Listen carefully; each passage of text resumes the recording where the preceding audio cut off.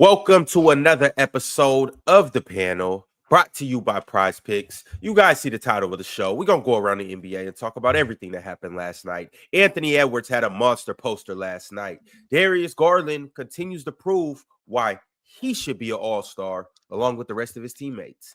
And Jalen Green, Alperen Şengün, and the Houston Rockets continue to climb up the rankings. They are 2 right now in the NBA, but behind Ime Udoka, they are proving that they're nothing to be messed around with. So we're going to talk about the whole NBA as well as a sneaky segment for you guys. Mars brought it to my attention that Victor Wembanyama could quite possibly be the best 20-year-old ever. Now, we know he just turned 21, but we are going to take a walk down memory lane, and we're going to see just which 20 and 21-year-olds are actually better than Wemby, have actually produced more than Wemby, and have actually had the best seasons of a 20 or 21-year-old. So essentially the best players 21 and under ever. Playing in the NBA. I want to make sure I'm following you, Ron. Playing in the NBA.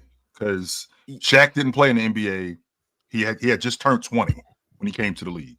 Yeah. So that's for the most part. That's why I said 21 and under, though. Okay. So we'll get Shaq in there. You know, obviously we'll have Bron at 20, 21, and 20 and 21, and then we got some other characters, some other guys. But that should be interesting. I'm eager to see who's the best 20-year-old and who's the best 21-year-old. Obviously, we haven't seen Victor Wembanyama's full 21-year-old profile, but we do have him at 20. All right. So let's get into it. What's going on, Penn? What's good? I guess we should start with Darius Garland's 40. I was about to say, Penn, your boy Cleveland almost sold last night. Your boys almost pulled it out. They did.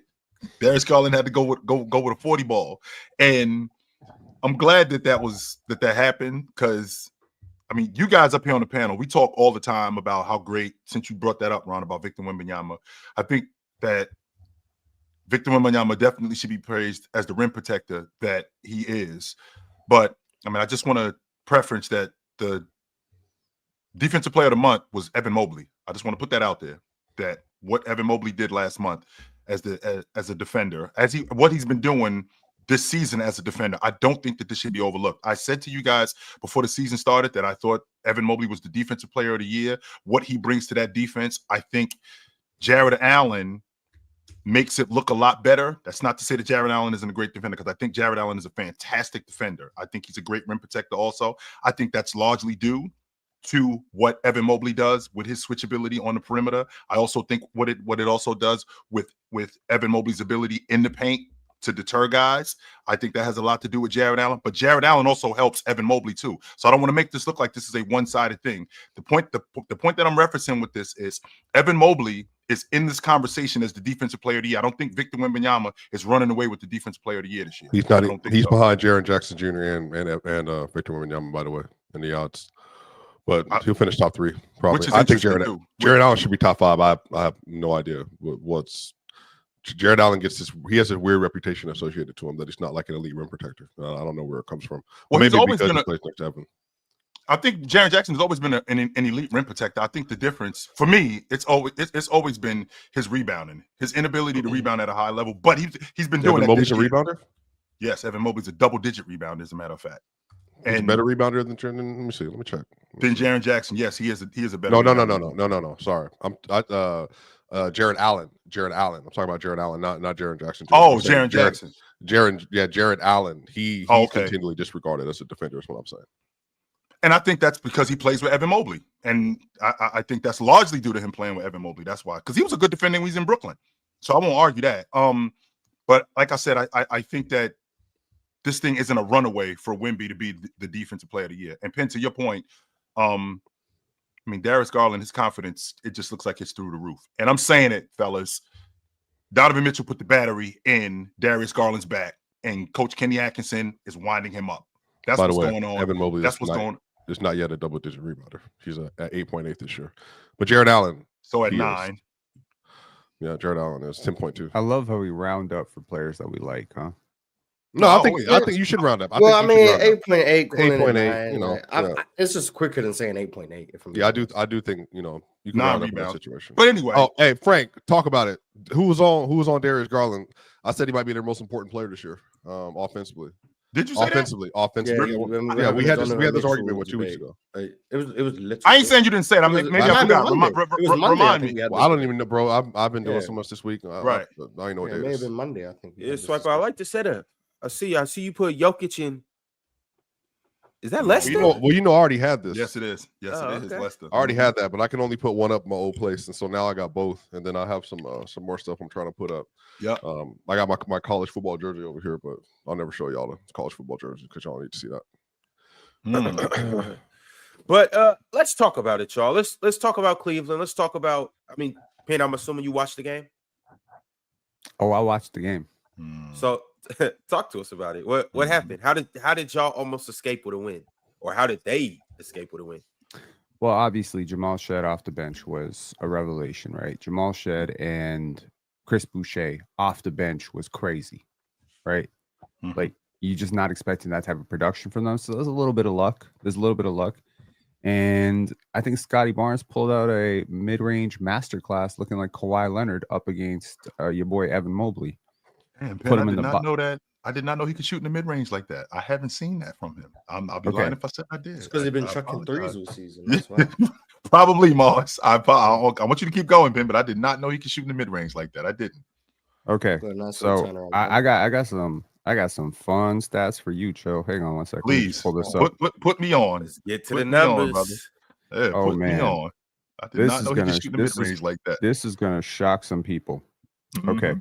So Scotty Barnes, 0 to 3 feet, 76.9%. Shai Gilgeous-Alexander, 76%. 76%. A forward or a guard. Wow. Hang on.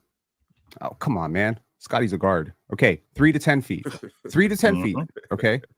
Shai Gilgeous-Alexander, 48%. Scotty Barnes, 48. What's the volume? The volume is irrelevant. Let's let I don't know what the volume is. The volume is high. I don't know what it is. You don't watch basketball. You don't watch basketball. I'm literally asking for the information. I'm not even. Volume at the rim is high. No, neither one of these players are taking a huge chunk of their shots at the rim. What I'm saying, who has the higher volume for that area? Is what I'm asking. Shai is. Obviously, Shai is a 30+ point per game scorer. Scotty's averaging nearly 21. You're providing information. I was looking for information. Swiper. Let the agenda go. As you were 10 to 16 feet. Scotty Barnes, 56.7%. Shai Gilgeous-Alexander, 56.6%. Clears them in all three zones. Now, the crazy part is the proportion of the shots they take in these zones is almost identical. See, there we go. He was getting to it. The proportion. See, now the volume is higher for Shai. Because Shai just be out there shot chucking, right? No, Shai is clearly better. What I'm saying is, though, that both players are operating as their team's primary players. They're both the star players for their team. However, it is worth noting that Shai is playing with much better talent. I think that's worth. Well, some Raptors fans are saying they shouldn't build around Scotty. I don't care what those Raptor fans say. I'm just curious. What do you think about that? I actually added you in one of the Raptors content creators, but I don't think you were on Twitter that day. I was curious what you thought about that. Do you feel like he's better served as number 2 or number 3?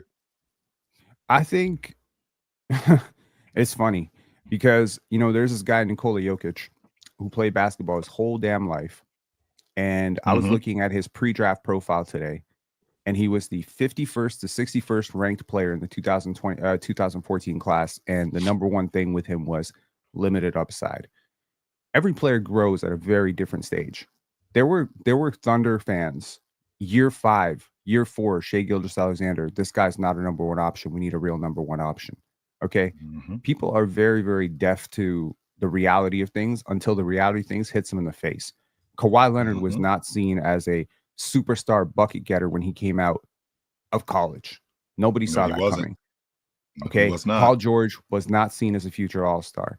Tracy McGrady was not seen as a future all-star. When I see Scotty Barnes, look, when Scotty came out of Florida State, what was the reputation? Was Tracy McGrady not a future all-star? Hey, ho, slow down. He's a ninth pick. If he was a definitive future all-star, I think he would have gone a little bit higher than ninth. He wasn't coming out of high school. He was a very raw player out of high school. That was for sure. Also, for sure. He had so a better. So was Jonathan Bender. No, not really high pick though. If I'm drafting a guy at 9, I have expectations for him. Not only that, Ron, at a high school at that time in an adult league, like the league is a lot younger today than what it was in 1997. A lot younger. So for a guy like Tracy McGrady to go that high coming out of high school, I mean, to your point, the expectation of him at minimum being an all-star, I don't think that's ridiculous. But Penn, I get what you're saying though. I mean, look, the upside was high, but literally in year 2 of Tracy McGrady, there were conversations about will he ever be able to hit a pull-up jumper. Okay, so let's be real. Like he was considered a elite, potentially poor man Scottie Pippen. There was no definitive, he's going to average 32 points. No one saw that level of offensive upside. There was some talent for sure. Right. It's the same thing with Jermaine O'Neal. So a lot of young players, we have this expectation that players are who they are by the time they're 23, 24, and that's simply not the case. There's a lot of players that have a lot of untapped potential in certain regards. So the way I've seen Scottie, and I've interviewed his trainer a couple of times, and the way I see him is he is the project that he was built as. People just don't realize how good that project was. So if Scottie coming out of Florida State was 25% of who he's supposed to be at his apex, and Cade was 75% of who he's supposed to be coming out of Oklahoma State. Okay. So then how much have you seen Cade's game grow over the last 5 years? 10%, 15%? Just over the last 2. Scottie Barnes was billed as a 0-level scorer. I just read you out his stats. This is a guy who averaged 40% from 3 for 3 straight months. He wasn't supposed to average 30% from 3 for one month of his life. What are we talking about? Who said that? Sam Vecini called Scottie Barnes a 0-level scorer. You don't know who Sam Vecini is? We're just going to play dumb now? I did not know Sam Vecini said that about Scottie Barnes. I just didn't have the literally about Scottie Barnes coming out of college. He's an NBA media member. Oh, okay. He's considered by many to be a draft expert. Look, with that being said, Penn, can we get back to Jared Allen having his hands full with Jakob Poeltl last night? Can we get back to that, please? I thought Jared Allen badly outplayed him. Did you? Jared Allen has been bar for bar with almost every elite center this year that he's played. That doesn't mean you don't have your hands full with a guy. That doesn't mean even if you are outplaying a guy, that doesn't mean that you don't have your hands. Yak played a good game. I thought Yak was really good around the basket last night. I thought he kept the pressure on Jared Allen, just rim running. Right, I thought he did that, but Jared Allen is one of the better runners in the game. I know that sounds ridiculous, but when you got a big guy that can run like Jared Allen, that definitely helps. Specifically for rebounding. I think it's just the timeliness of it, right? Like the Cleveland Cavaliers, like to any Raptor fans out there who are like, we're almost there. No, you're not. But this was a hangover game. Like, let's be for real, 100%. The Cleveland Cavaliers were gassed. There's this metric that measures apparently the intensity of a game. They were talking about in the middle of the game. It was like the 3rd hardest game of the season for both sides. They exchanged leads 30 times. That was basically a playoff game. You're not supposed to play a back-to-back after you play a playoff game, right? We watched the game. We know that there was some serious intensity on that game. So when you come out the next game, your star player, your number one guy, which is Donovan Mitchell, he's not in the game. You're playing a back-to-back. This team that you're expecting to sort of roll over and die comes out and punches you in the gut, and you're down 11 in the 3rd quarter. I think I saw a lot from the Cavaliers last night that makes me very hopeful about their championship odds, because they were like, no, we're not losing this.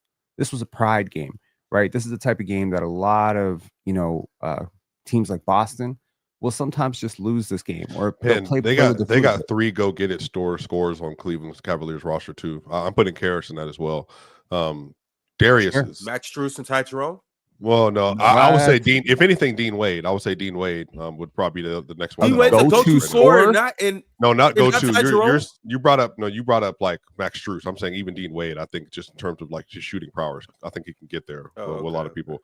Because he did it versus the Celtics last year. I just think Darius Garland, man. We had that handle conversation 3 weeks ago, and it's just feel like ever since we brought up Darius Garland, he's had moments where he's either gotten better over the course of the year, or he's proving everything that we said right. I think Darius Garland is just one of the most phenomenal point guards of the last several years in the NBA. And Penn, when he was healthy, 2 years ago when he had his All-NBA year almost, but then that last year, obviously he dropped off. He has been like so. What about him this season, Swiper? This season, it's just his shot. He's way more efficient this year. I think that's because he's healthy. He's shooting 50, 40, 90 on the year. His engine, he is such a good offensive engine, and what I love is that they built fully into the Trae Young model, where they basically said we're gonna and Chris Paul, we're gonna give you 2 elite rim runners in Evan Mobley and Jared Allen. Yep. You're gonna use your vertical passing and your half court passing, and then his shot making is incredible. The ball handling is incredible. Like his ability to be able to get in and out of his step, and even honestly versus the Thunder, I wasn't here obviously to talk about that game. Chill at the end of the game when Casey Wallace was like. When he was on Darius Garland at the end of the game, he was like locking him up at first. And then, but very smartly, Darius reset, got Kaysen further out, got Kaysen to relax for half a second, Ron. Bam, went right back to that left and then finished with the little float over the middle, bro. He's not doing that 2 years ago, Swiper. He's not doing that 2 years ago. He's not doing that a year ago. Maybe that's experience. Maybe that's experience. It is. Chill. Remember yesterday when Ox was like, you dictate the defense don't dictate you? Correct. At first, Kaysen had turned him a couple times. That's what I wanted to bring up. Yeah. And then Darius Garland, it's almost like it clicked for him. Like, hold up, let me just chill right quick. Mm-hmm. He stopped. Kaysen Wallace stopped. Right when Kaysen Wallace stopped, that's when Darius Garland went. You gotta. It's about pace. It's about rhythm. Sometimes it's just about slowing down. Because even when he went middle, it didn't look like he just burst in middle. It almost looked like he kind of crawled middle. Sure. And just went and got to his finger roll. It was just nice and smooth. I like to see that at a Darius. Absolutely, Ron. And remember, 2 years ago, just to your point, when you talk about him getting turned as many times as he got turned, a year ago, 2 years ago, he would have got off the ball. He would have looked for that. He would have looked for Donovan Mitchell. He would have looked for somebody else, and it would have went the other way. He wouldn't have calmed himself with Kaysen Wallace crowding him like that. I think that because, one, Atkinson is winding him up to let him know that you can get downhill with the best of them. When you give a guy the ball in that instance, and you got guys like Donovan Mitchell encouraging him, I think that really helps his game. His confidence, I feel like right now, is at an all-time high. Mars brought up him being one of the best ball handlers. I particularly watch that with him now more than I ever have. And when I think about a guy being a ball handler, what I think about is I don't just think about you throwing the ball between your legs and behind your back. No, I think about how you take care of the ball. I think about who you're getting the ball to, when you're getting them the ball, how you're getting them the basketball, how you're taking care of the basketball. When you have turnovers, how you're turning over the ball. Is it your fault? Are they bad turnovers? Those are the kind of things that I think about when I think about a guy handling the basketball. And when I watch Darius Garland, he's one of the best. To your point, Mars, I don't think there's 5 guys in the league that I can name who are better with the basketball than him. He's a pretty good player, I think. Can we get the cat out the bag with the Cleveland Cavaliers? Do we what? Can we get the cat out the bag? What's that, Ron? I'm going to say this, and I'm not going to say it no more. The Cavs got 4 all-stars. Now, Donovan Mitchell's going to start. After that, the next, chill, you know him, Evan Mobley, Jared Allen, and Darius Garland better be on that bench. LaMelo, I know you're scoring 30. You shouldn't be an all-star over none of those 3. Now, I know the fans are going to vote you in, so you're an exception, but if it was up to the coaches, you shouldn't be an all-star. Dame, love what you're doing. You should not be an all-star over any of those 3. Bam. Huh? But no, he shouldn't. That's nuts. Bam. They have chill. They are on pace to win 73 games. That's not how that works. Otherwise, Ron, when we did this, said that he values like the winning part of it. Okay, well then, which I care about too, Mars. I'm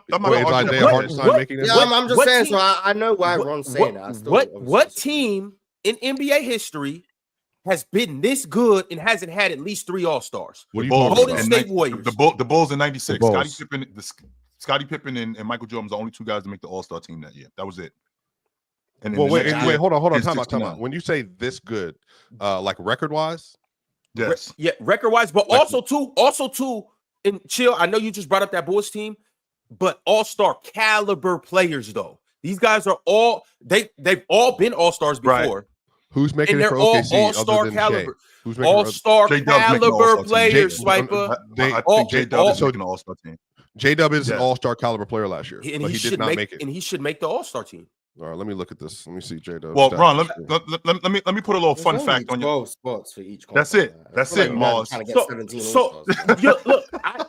Bam Adebayo should not make it over Jared Allen. Not gonna make it. Nobody had Bam. Wait, hold on. J-Dub was born in Denver. Oh God! No, I had no idea. No, he wasn't. He wasn't. That's what it says. It says born 2001 in Denver. Oh my God, I can't take this. Where was he born? Where was he born? Since we I brought this up. generally don't know. Are you just push back, or are you saying you know where he was born? I just don't want him to be born in Denver. Oh, okay. Oh, I got okay. you. That's Just fair. okay. Well, Ron, he's born in Denver. I just didn't know it. Ron, a quick fun fact for you. So I only went back to the 79-80 season. So that's 46 seasons. In the 46 seasons, there have been 5 teams, 5 of them, that have had 4 All-Stars. That's the 17 Warriors. That's the 15 Hawks. That's the 06 Pistons. That's the 98 Lakers. And it's the 83 76ers. So I said Only 4. 2 of them. I didn't say 5. I said 4. Yeah, it's only been 5 teams. That's it. Oh, all right, 5 teams. Only 2 of those have won the NBA championship. Now I can run down a list of teams that have had 3 All-Stars and have won the NBA championship. So if I'm going to be honest, if I'm picking the odds, I'd much rather have 3 All-Stars than 4. Well, hold on, Yes, I chill. would. Chill. Sorry, Mars. But all 1 seeds do not always get, even if they're far ahead away, they don't always get more than 1 All-Star though. The Nuggets have never had more than 1, and they were the 1 seed when they won a championship by like a good bit. So right. like that's what I'm saying. Like even remember in the 1821, 1819 year, the Nuggets were in the 1 seed going into the All-Star break over the Warriors, and they got 1 All-Star. And so even that's why I'm saying like I don't know if the Thunder are going to get 2. I don't know. I think they're collectively they are an elite team. I just don't know if they have another guy that's like a bona fide All-Star. If you think about the Western Conference, you think about the just the perimeter players. Who is locked as perimeter players in your estimation? Is Luka? I don't think Luka's making it. Shea, Steph, and John Morant. he's a lock. Yeah, I think John Morant is a lock. He's missed so many games. I don't know. Let me see. He would if he wasn't missing games, he would be. But because they have the 5th best record in the NBA. Well, 6 right now. They're 24-14. They're the 3rd seed in the West. Anthony Edwards is still a lock. Anthony Edwards is a lock. Definitely. He's played 21 games. A lot. Ant's a lot. Shea is a lot. Well, Kyrie's gonna miss the next 2 weeks, but Kyrie, I think, made it as well. Luka Curry is a lock. Luka. Is Luka making it though? With the is he not second in? He's gonna get voted in. Okay, he's gonna get voted in. Yeah. I mean, he's gonna get voted in. No, I know it's that, but I'm saying because of the injury stuff. Yeah, I think there's like 4 that's 5 wins. 4 or 5. Yeah. Yeah. So that's 5. So that's 5. Now we got to talk about guys like James Harden, right? Now we got to talk about guys like James Harden. We got to talk about Norman Powell. We got to talk about guys like, I know that sounds ridiculous, but guys like Norman Powell. We got to talk about him. Isn't this John for Morant. The fans? Yeah. Like, and do I you can care about the fans? And I know that this may sound ridiculous, but yeah, even if that's the case, Penn, and I know Mars, this may sound ridiculous, but it's starting. It feels like it's March of 2024 because it's starting in Houston again.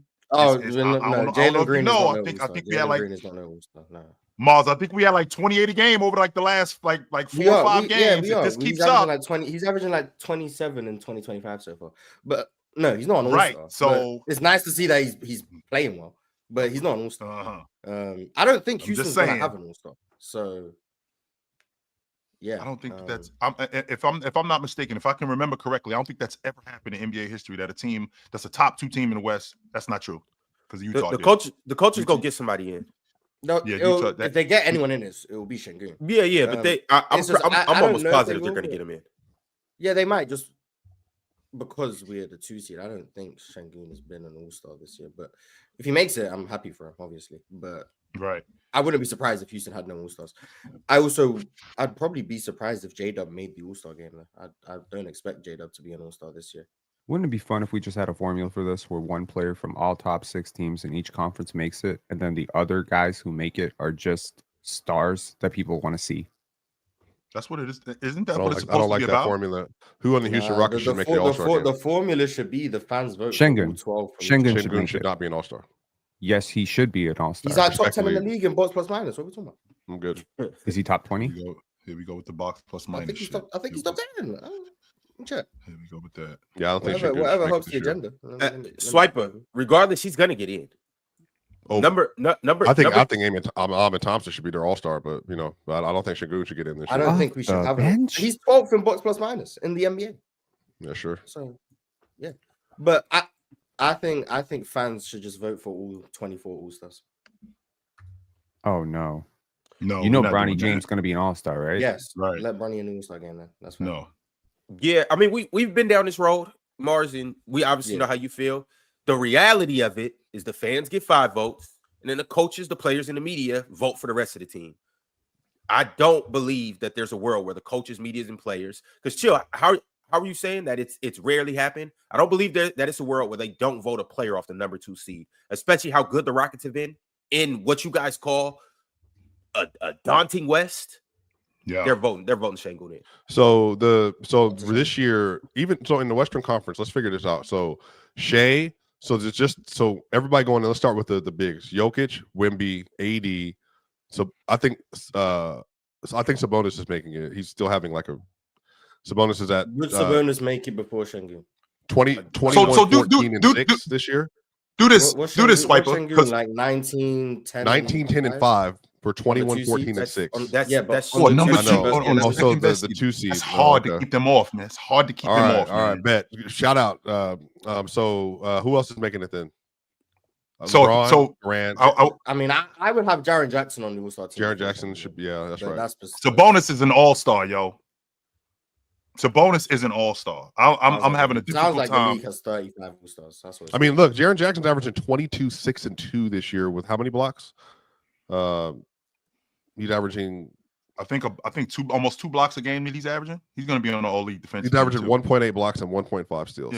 Yeah, I'd have blocks Jaren a game. Jackson on the All-Star team before Şengün. I don't know if either one will make it though. I think he makes it over Şengün and DeMontis. I don't think DeMontis is gonna make it. I don't think DeMontis will make it. 21 and That's crazy. 14. God damn, that's not. They the 900 seed, like Yeah. 21 and 14. They are on a 5-game winning streak. Shout out to Is Oxford. the Kings incredible. 21 and 14? No, I think it's 6. I think it's 6, Ron. They're 18 and 19. Yeah, they're not giving him the All-Star. I think it's 6. Although they I didn't give think him they won All-Star 6 last straight. year, so maybe they'll make it. Nah, it's 5 right now, chill. Is it 5? I thought it was 6. I'm sorry. So to your point, Swiper. Okay, so Oklahoma City, how many All-Stars do they have in your estimation? Shea and who else? That's it. I'm thinking Who? J-Dub's making an All-Star team. Oh. Okay. So let's just stay with that. With the Rockets, Mars, yes or no, Mars? Any All-Stars with the Rockets? I don't think so. No All-Stars. That's a 2 seed more. Swiper. I got There's only Şengün. 12 spots. So like, No, I'm not- I I'm know not you. putting They it got we have to factor in. There's only 12 spots. We're trying to give everyone All-Star. So That's Shea it. is going to Nope, make we can't. it. I'm of the either He's Jar starting makes the it or All-Star Jaren Jackson makes it. One of them is I going. think it's going to be Jaren. Okay. Jar because he's electric. Jaren Okay. Jackson because I think he's just been playing really well. I think Jaren Jackson will make it. That's Okay. 2. Jokic So that's is 3. a lock. That's 3. That Luka is going to make it. That's 4. Kyrie might make Okay. it. So we'll leave Kyrie to the side for now. How We'll many say games 4. does Luka play? Enough to be voted as an All-Star. He's like number 2 in fan voting in the West. He played 22 games. He's like number 2. He's like number 2 in fan voting out West. Luka's going to be an They All-Star. already got selling his 4. jersey. I'm He gonna might just put it not like play in that. the His All-Star game, All-Star he might have jersey an already injury selling right replacement, now. So that's a whole nother conversation. But right now, that's 4. LeBron and AD, So we got that's 4. 6. Anthony 6. Edwards, that's 7. Steph is 7. making it. That's 8. Wemby's That's making 8. it. That's 9. KD's 9. making it. That's 10. We've got to 10, and now we have to KD. start addressing guys like Kyrie. Now we get to Şengün. KD. Now we get to They ain't J-Dub. even brought Now up we Devin get to the Booker. other Memphis Grizzly. Did you say Wemby? Devin Booker is not Yeah, making he an was. All-Star He was the ninth team. name. He said. No. So there's 10 guys who are going. Well, to okay, be- so you guys just definitively There's a- said there's Devin a- Booker's not we making gotta it. find That another means team. Sabonis ain't Devin making it. Booker. There's a spot for DeMontis. Devin Booker. Yeah, that's what I said. Devin Devin Booker's not making it. Devin, no, Sabonis stop. there's two No, spots- you're there's two yapping. spots for like Devin Booker's 7 averaging people to get. 24, 4, and 7 this year. I'm Like, sorry. Okay, he's having but a Devin down year. Booker has a star reputation. Devin Devin, Booker you make think it. Devin Devin Booker, Booker you make think it. all Devin star. Booker make it. Devin Booker Like will if I make would have told you before the season that who's a bigger chance of missing the All-Star game, Devin Booker or Sabonis, you guys would jump me. Yep, You guys would be but like, Devin there's Booker's no not making it. world where But- no, I but get you it. said Devin's I'm just making it, Ron. saying, you guys would think it was no world where Devin Booker makes it. So if Devin Booker That's J-Dub's shot. That's J-Dub's spot. The Devin Booker spot. That's J-Dub's spot. All That's right, Devin bro. Booker's spot. All Yup. right, bro. Wait. Chill. I'm late. My bad, y'all. I had an unruly What's up, child this morning trying to get to school. Hey. But look, it was crazy. But I just want to know, did I miss it? Did I miss why do the Rockets at the 2 spot not get somebody to represent them? I know maybe nobody's having an extremely crazy season, but at the 2 spot, somebody should be representing that team. I think I'm trying to the mindset. They don't have a player playing. I don't think a Rocket makes it. I think. Everyone else, I think, has Şengün. So they not they. I mean, they got to send Şengün or Jalen, right? I don't get how you guys are saying DeMontis so should make Şengün it, is 6 but in voting. Şengün not. I'm saying I don't think either one does. Well, make it. because DeMontis Şengün is more likely. I think Şengün is more likely to be on. Well, you said DeMontis clears, but one team's the 2 seed. One team is might as well be the 12 seed. And might as well. We're tied for the 10 seed. If I'm not this is all I'm saying. Like the numbers are fairly close. 2010 and 5, and Swipey, you like to round up, so you know what I'm gonna do? 19, 11 and 5. Then the other dude's averaging 21, 13 and 6. 14, Ron. Don't say 13. All right, my bad. I forgot to round up. My bad. So, but again, 14, so they get 6. so they're Şengün is 19, 11 and 5? 6 in fan voting in the front court. Bro, I'm gonna keep it real. I'm gonna keep it real with you though. My bad, Swiper. No, go ahead. I'm gonna keep it real. Şengün should get that spot over DeMontis. If it come down to that, Şengün deserves that spot over DeMontis. They are the 2 seeds. Somebody should be representing that team. I know. If it was the Kings in the 2 spot and they didn't get nobody, I would be losing my shit. There's no way that the Houston Rockets don't have somebody like what happened. We only had one, and I believe De'Aaron was the ceiling. Right. Right. And remember, De'Aaron got injured just because of the injury replacement. Okay. Luka will probably be injury replaced, if I had to guess. So I think maybe they do. I think there's so much of a reason for Şengün to make it. Like, first of all, he would be the first Turkish All-Star ever. That's a pretty big thing, and he deserves it. Well, Hedo probably should have been. Hedo wasn't an All-Star with Orlando. I'm he pretty should, sure he should have been. Oh, Hedo was good. I don't know about All-Star, but you're talking about the best player in a country's history, pretty much, in Şengün. I don't think he's better than Hedo though. Let him make the All-Star team. You and I have very, very different interpretations of how good Hedo Turkoglu was. But yes, I think Hedo was amazing, but I don't think he's better than Şengün. And Şengün is also 22.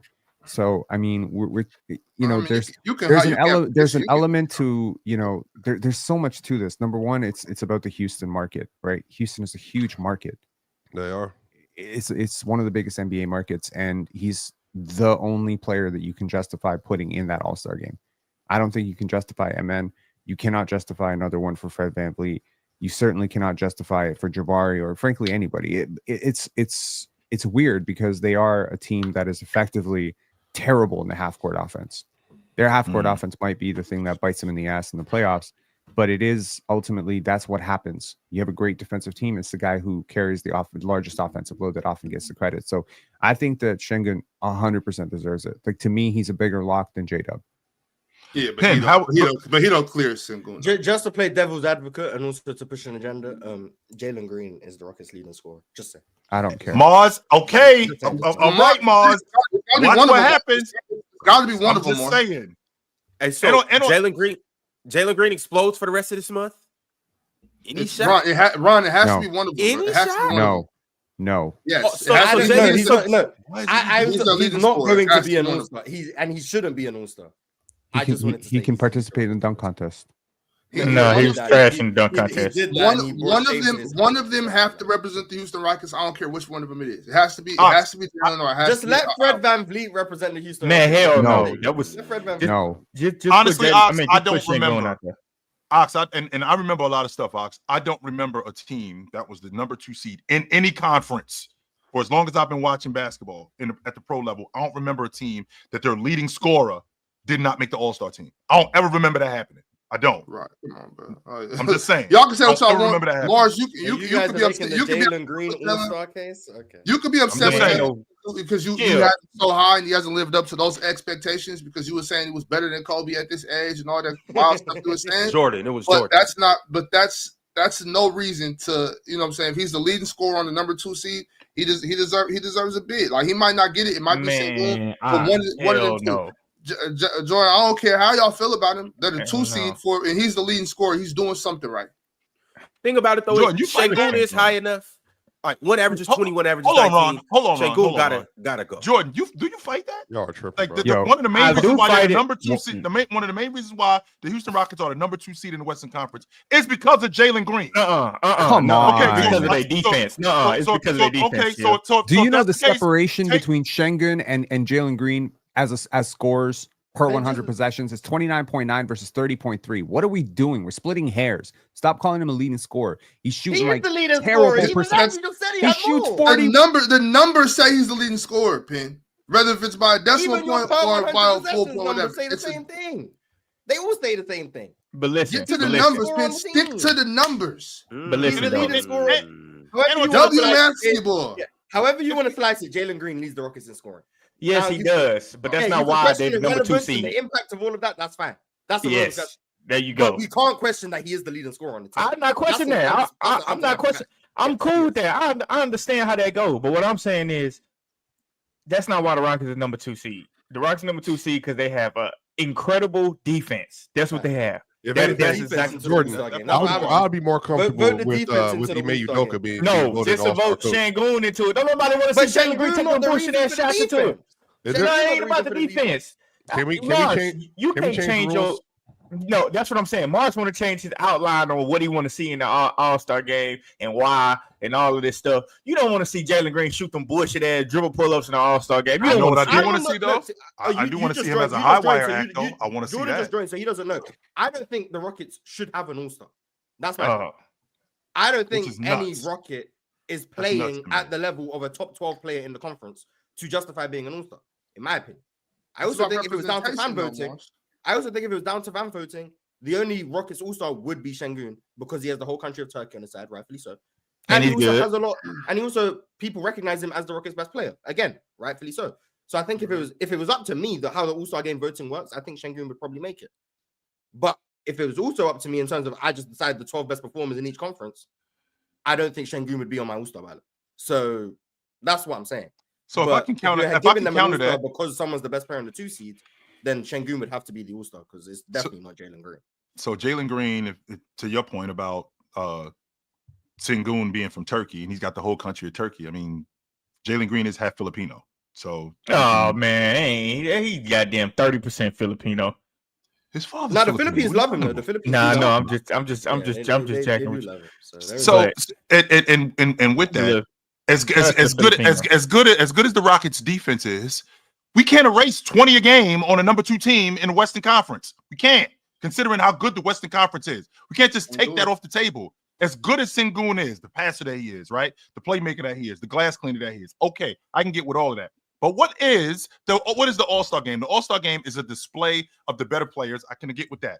But Jalen Green is a high wire act, and people want to see that. 100% they want to see This that. And is you got wild to me, and you bro. got a Y'all are so high fake. wire and you got a high wire act. That's the Damn, why leading they scorer fake? on the number 2 team. Y'all don't even really in the believe West? this. I'm sorry, bro. I don't Jalen- want to see Jalen neither a Rocket in the All-Star game. No, neither one of them. I actually would like to see Jalen Green. Jalen Green would got be an more all- entertaining in the he got an All-Star. All-Star And game Mars, type what have of you game. told? What have you told? He not gonna be there though. What have you been Ron, telling me, don't do that. Mars? Ron, The don't do that. dumbest do? segments of society. He got a high school All-Star game. He got Okay, well, now we are not about to deny that Jalen See? Green wouldn't be entertaining in See what I'm talking about? No, he would not be. Do this He's shit all not the time entertaining. He's Jordan not do this shit all the entertaining time. in John a Morant regular would be season game. entertaining in the All-Star game. He's John not Morant would entertaining in be a regular entertaining. season game. He's frustrating as hell. that's because you a Rockets fan. I know. That's what I'm saying. Mars is too. So in average an basketball All-Star fan, nah. All-Star game where there's no defense being played, we don't want to see one of the highest flyers in the NBA. That's not gonna be Man, he not gonna. They do some That's bullshit. not gonna be How entertaining. y'all- How you just wake up to hate on Jalen Green? How you wake up in the morning? My and stomach was hurting. My stomach isn't very good. I'm gonna tell you, my stomach was hurting, and so I realized why it's hurting now. Y'all on this Jalen Green bullshit. That's why my stomach was He'd be hurting. entertaining. It ain't why it in the hurting, but All-Star go game. How boo-boo. that's BS? You know, bro, I had to puke this morning. I didn't know y'all was on here talking about $25 Jalen Green. Ron. I just thought that Jalen was Green logical. be on I that ain't gonna lie. Mars I thought saying defense. Jalen Super Green would be chat. entertaining in an All-Star game. Don't get back. Whatever to get off this topic. $25 super chat, Ron. Then Mr. Oh. I Rizzo. agree with that though. That's me one. Yeah. Well, lo and behold, Swiper must be Jake Fashion because he sent through a $25 super chat. He said, "Chill, please pronounce Alperen Şengün's name the right way." What did I say? All butchering it. It's Alperin. It's Schengen. It's Schengen. It's Like Schengen. Shanghai, but It's Schengen. It's Schengen. I'm not Turkish. I'm trying. So it's not Shingun. It's not Hey, boy, I need to go Shingun. get my It's not Turkish Shingun. citizenship. It's Shingun. Is that correct? No, Schengen. Schengen. Okay. Yeah, there you go. Nice. I don't wanna get- 'cause I gotta- Call him Alpi, man. He Alpi. That's what. Because I got a buddy who every time I talk to him, his name's Reg. Every time we talk about Giannis, it's Giannis Antetokounmpo. That's not his name. No.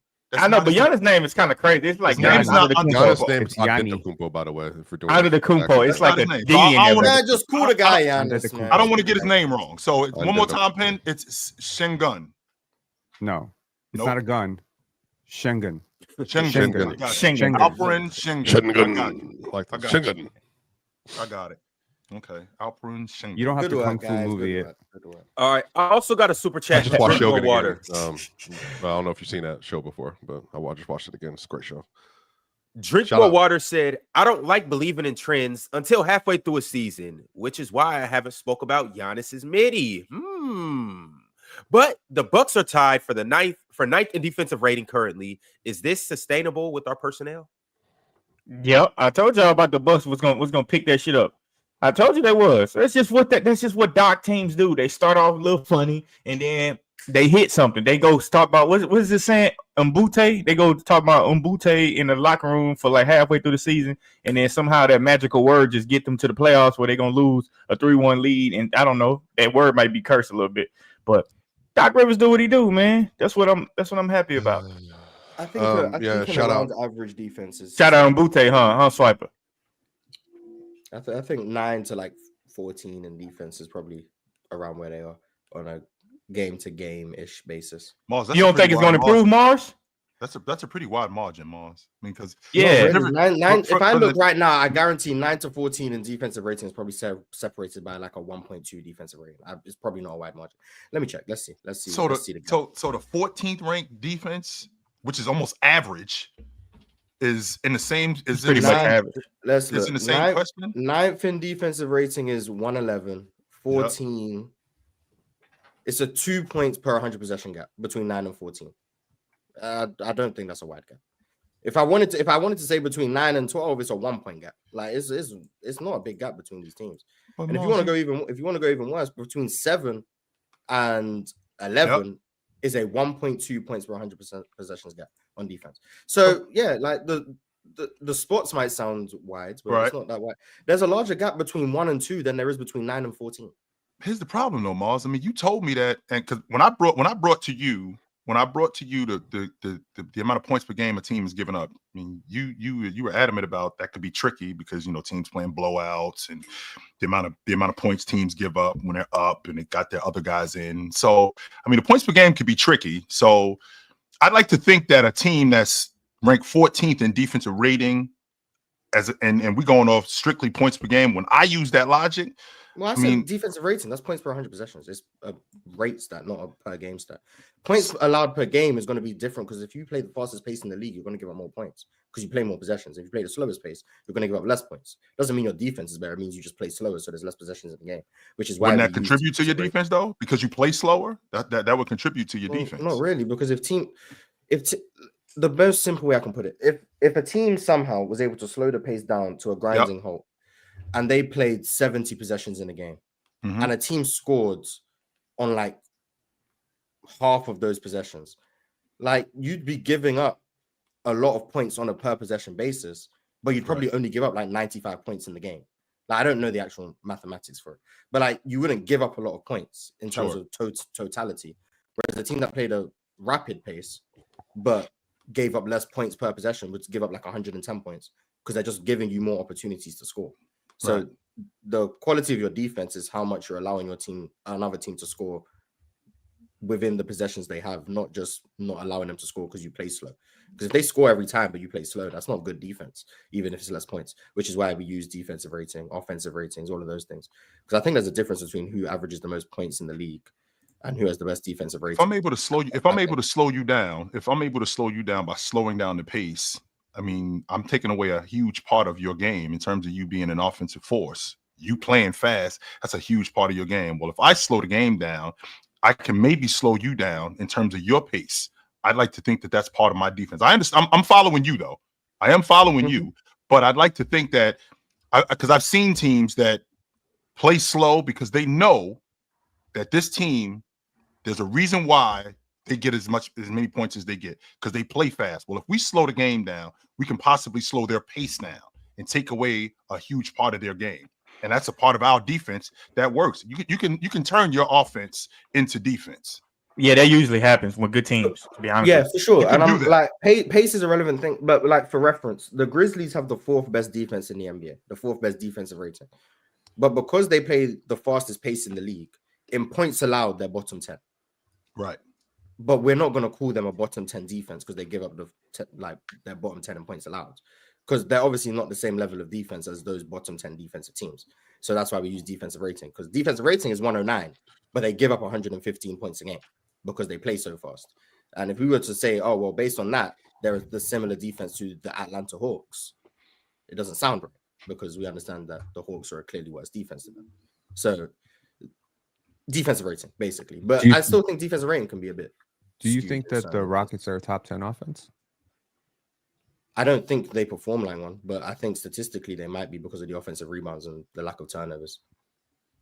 But if you watch them, I don't think they're not a good offense. They're so good at getting offensive rebounds that like they score. What if that's their offense, Mars? It's very clearly their offense. The offense sucks. Yeah. But if they're able to get offensive rebounds and they don't turn the ball over, then they can have success. So offensive rating wise, I believe they're somewhere around the top 10. Hey, like I say, it don't matter if you kick the damn ball in. If they don't call it, that shit is a point. Fuck it. But they're like bottom of the league in like true shooting and stuff, and like true shooting is overrated when I'm number 2 in the Western Conference.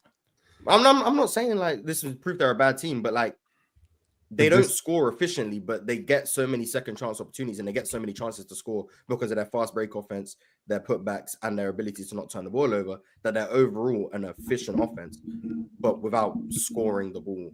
But this is the problem when they play to their strengths. When we try to isolate individuals in a team context, this is the problem though that I have, right? Because the defense is carrying the load for your offense.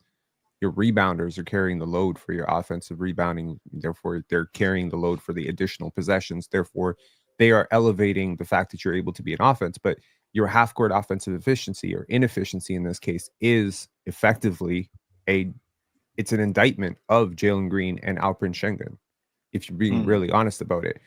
If you had Anthony Davis and Devin Booker in there instead of those two guys, it's a completely different situation.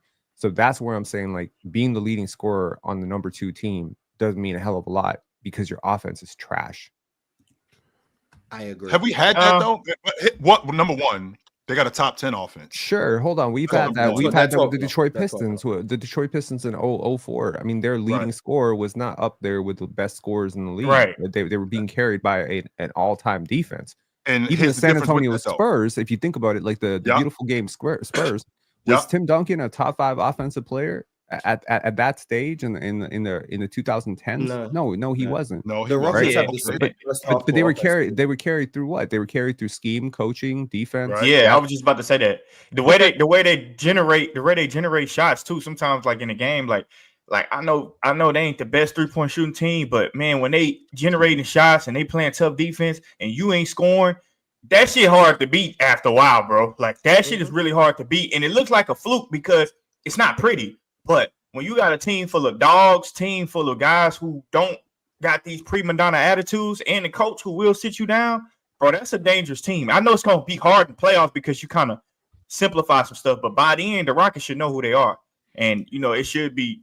I don't know, bro. I think they all. The Rockets are a good team, but I don't think just because they're a good team, they need to have an all-star. That's like my perspective. I mean, I don't disagree with that. I feel like the idea, man. It's just about the representation, though. You know what I'm saying? But I just want to give a little pushback. Just a little pushback on the Pistons and the Spurs, because first of all.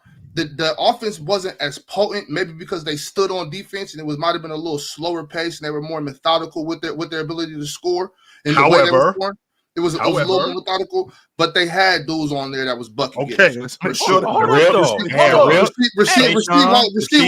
Wallace was a bucket getter. Chauncey Billups was get a bucket. Rip Hamilton will put a bucket on you. Poetry that backup point guard. Lindsey Hunter. Mike James. Okay, but look, when all I'm saying is they might not have filled up the stat sheet like Rip Hamilton might not have filled up the stat sheet the way Kobe or all them dudes did in his era, but he most definitely could get to a bucket. I think they were more methodical in the way they scored, and they stood on defense, which slowed down their offensive pace, if you ask me. That's all the pushback I got on that. And I could be wrong. You're not wrong, huh? You're not wrong. We brought up the Spurs. That's one of the best offenses in history. Yeah, hold on. Right. And they spread the ball around with the Spurs, so it wasn't just one person averaging 30. You know what I'm saying? They spread a lot of them. Both those teams spread out their offensive production amongst multiple guys. You know what I'm saying? And stood on defense. But to your point though, with the Pistons offense, they had a group of guys that just had patented shots, like they knew what they were going to do, and they didn't try to get outside. That's the only thing I would say about the Rockets. It's kind of similar. They don't have. No, it's not a knock, but I'm saying it's a good thing for Detroit, and that's why their offense was really good. They had guys that stayed inside their bubble and that did what they did best, like whether it was Rip coming off these down screens right to the mid-range. You didn't have everybody trying to go pick and roll, play all this isolation. Like that wasn't the game for them. And I'm saying the Rockets, by the time the playoffs should go, they should simplify who does what, and they would be a much better team because we can't go on this wild roller coaster. No, I won't argue that, but Hold on, really quickly, Penn. But I won't argue that. But does Jalen Green play outside of himself? Sometimes, yes. Sometimes, yes. Sometimes he'll do some interesting things. Also, like he is like the designated like grenades guy. Yeah, I genuinely think he wants to be like Jalen Green will shoot anything. Like he wants to take those shots, but like every game, like he'll be the one shooting the 2-for-1s. He'll be the one shooting at the end of the quarters. He'll be the one shooting when the shot clock. Last night, Jordan, I don't know if you watched the game. I did. The shot clock was running down in like the late third, maybe early fourth. A man had it near the logo with like 2 seconds to go. Obviously, a man's not going to shoot it. He throws it instantly to Jalen Green. Now Jalen Green has to throw up a heat from 40 feet. Like that counts against his efficiency. It's like nobody. I don't think Jalen Green cares about that. Yeah, but you try to get something. I mean, we're the best offensive rebounding team in the league. You try to get something on the rim. You ain't gonna get an offensive rebound in 2 seconds though. But with that being said, though, Mars, Jalen Green, for the most part, the stuff that he does, I'm on record saying this. He's the king of the $1 million move, $10 shot.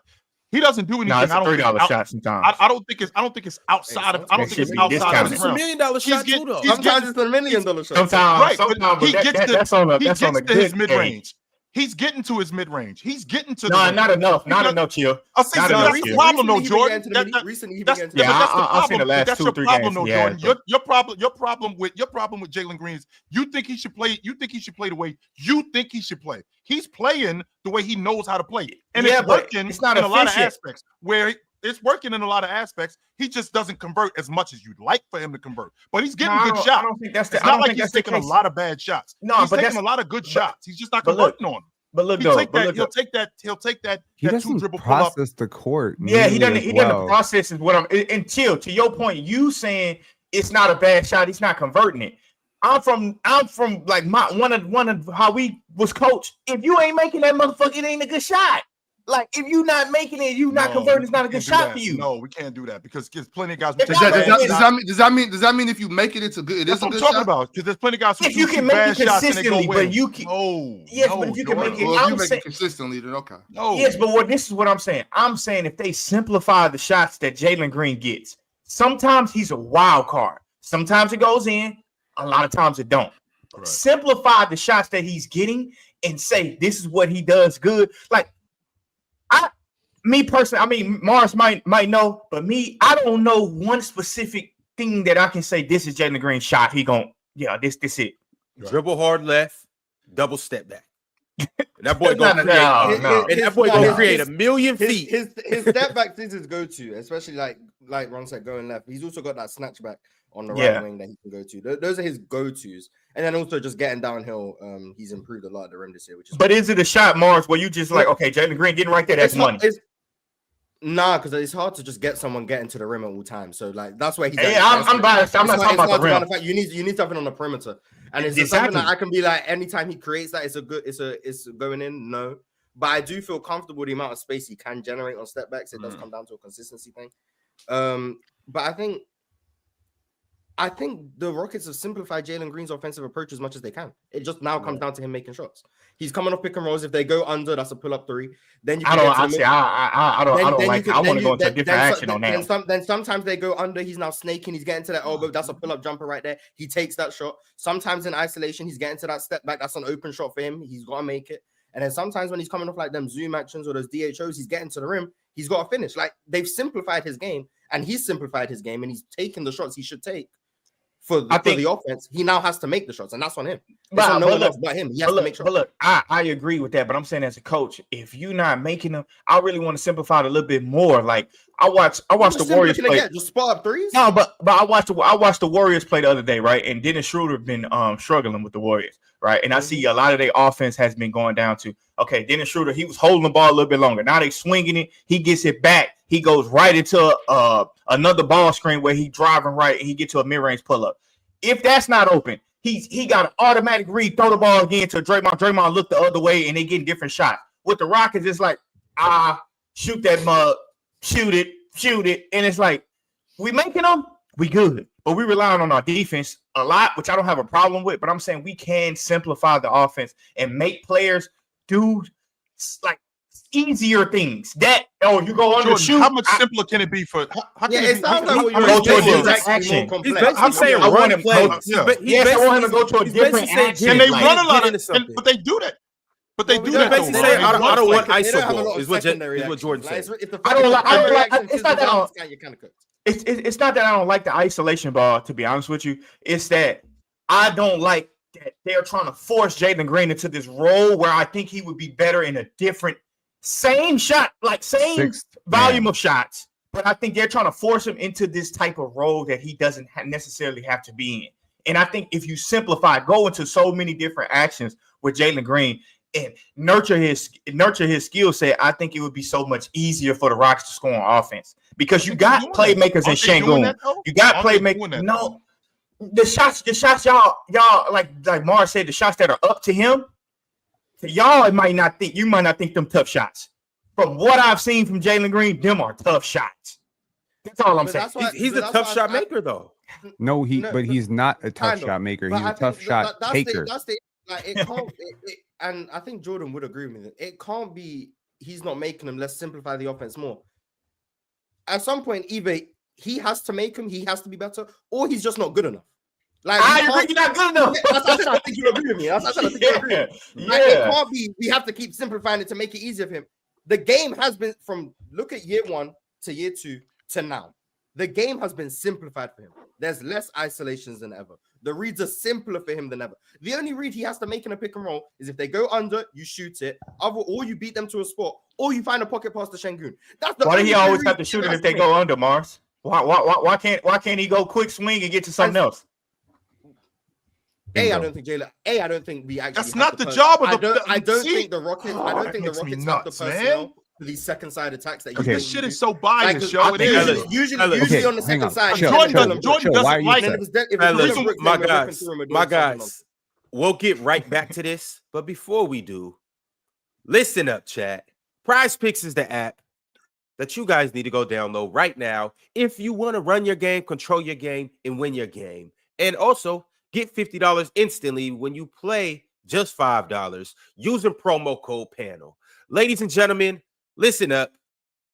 The NBA season is here. That's right. It's time to stop talking and start playing with PrizePicks, the simplest, most electrifying way to get in on the NBA action. Now, let me ask you something. Who's draining threes like the Splash Brothers? Who's dropping no-look dimes, channeling their inner Magic Johnson? Well, with PrizePicks, you can play NBA contests daily and make picks with the best players in the game. It's you, the fan. Step up and make the right plays. There's no excuses.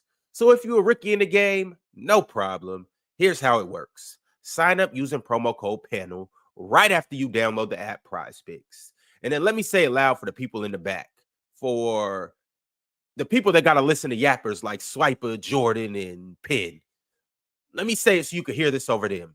We got a special bonus for you and only you when you join the squad on PrizePicks, and then you can win like never before. Every single day on the show, me, Mars, Ox, and Chill, we're going to tell y'all who we picking. You'll hear me call out my plays like I got Luka dominating the scoring projections, or I got less with Jamal Murray. Easy money. And that's going to stack up against the rest of the picks that we make. And y'all will be able to see exactly how we do things and exactly how sweet the payouts are at PrizePicks. So what are you even talking about? Stop wasting time. Download the PrizePick app right now. Use promo code PANEL and join in on the action with us. It's your game, so make the right picks and own it. It's game time every time, baby, with PrizePicks. Let's get into it, y'all. Let's make it happen. I'm dying on the comments, man. They're saying Swiper looks like a getaway driver, and someone said he looks like a slam poet. let me make this easy for y'all because we do play tonight. We play against the Celtics. Oh, you got to make 2 picks. Okay, no. Oh, because who didn't play the other day? AD. I got to make 2 picks too because LaMelo didn't play. Yo, can we get some respect? I'm 1 for 1. What are you talking about? Grady sold Deshaun Watson. What are they talking about? Deshaun Watson towards Achilles again? Like I wouldn't mean again. Y'all, let's focus on these prospects real quick. Let's go. Go ahead, Ox. You make your 2. I'll make my 2. Do the Knicks play tonight? Yep, they play Oklahoma City. We play OKC City. Yep, come on. We. Montes and OG? Okay, nice. Oh, you got a case of that Marsitis. You said we? Mars rubbing off on you, Big Ox? Yeah, he OGFC. No, I didn't say like when I say we, I'm just saying like we, like me. You know what I'm saying? Like okay, we up. You know, like me and OG. You know. Yeah, exactly. OGFC. Okay, got you. But when I do, it's a problem. Do it for like half the league, Mars. Yeah, because I have players I like. Okay, boom. Here we go. 21. That's too easy. That's too easy. Let's go with the demon for OG. Let's go with the demon for OG because 21's too easy. Which I think Lou Dort. You think Lou Dort's gonna stop OG? Yeah, because we know Lou Dort gonna be guarding OG for sure. Yeah, facts. So I believe who you think gonna stop OG? None of them. Jalen Brunson. OG gonna stop OG. Yeah, Jalen Brunson gonna stop. Yeah, Jalen Brunson. OG always comes through. All right, I'm done. All right. Do the Bulls play tonight? Do the Bulls go up, go to the search bar, type in Giddy. What?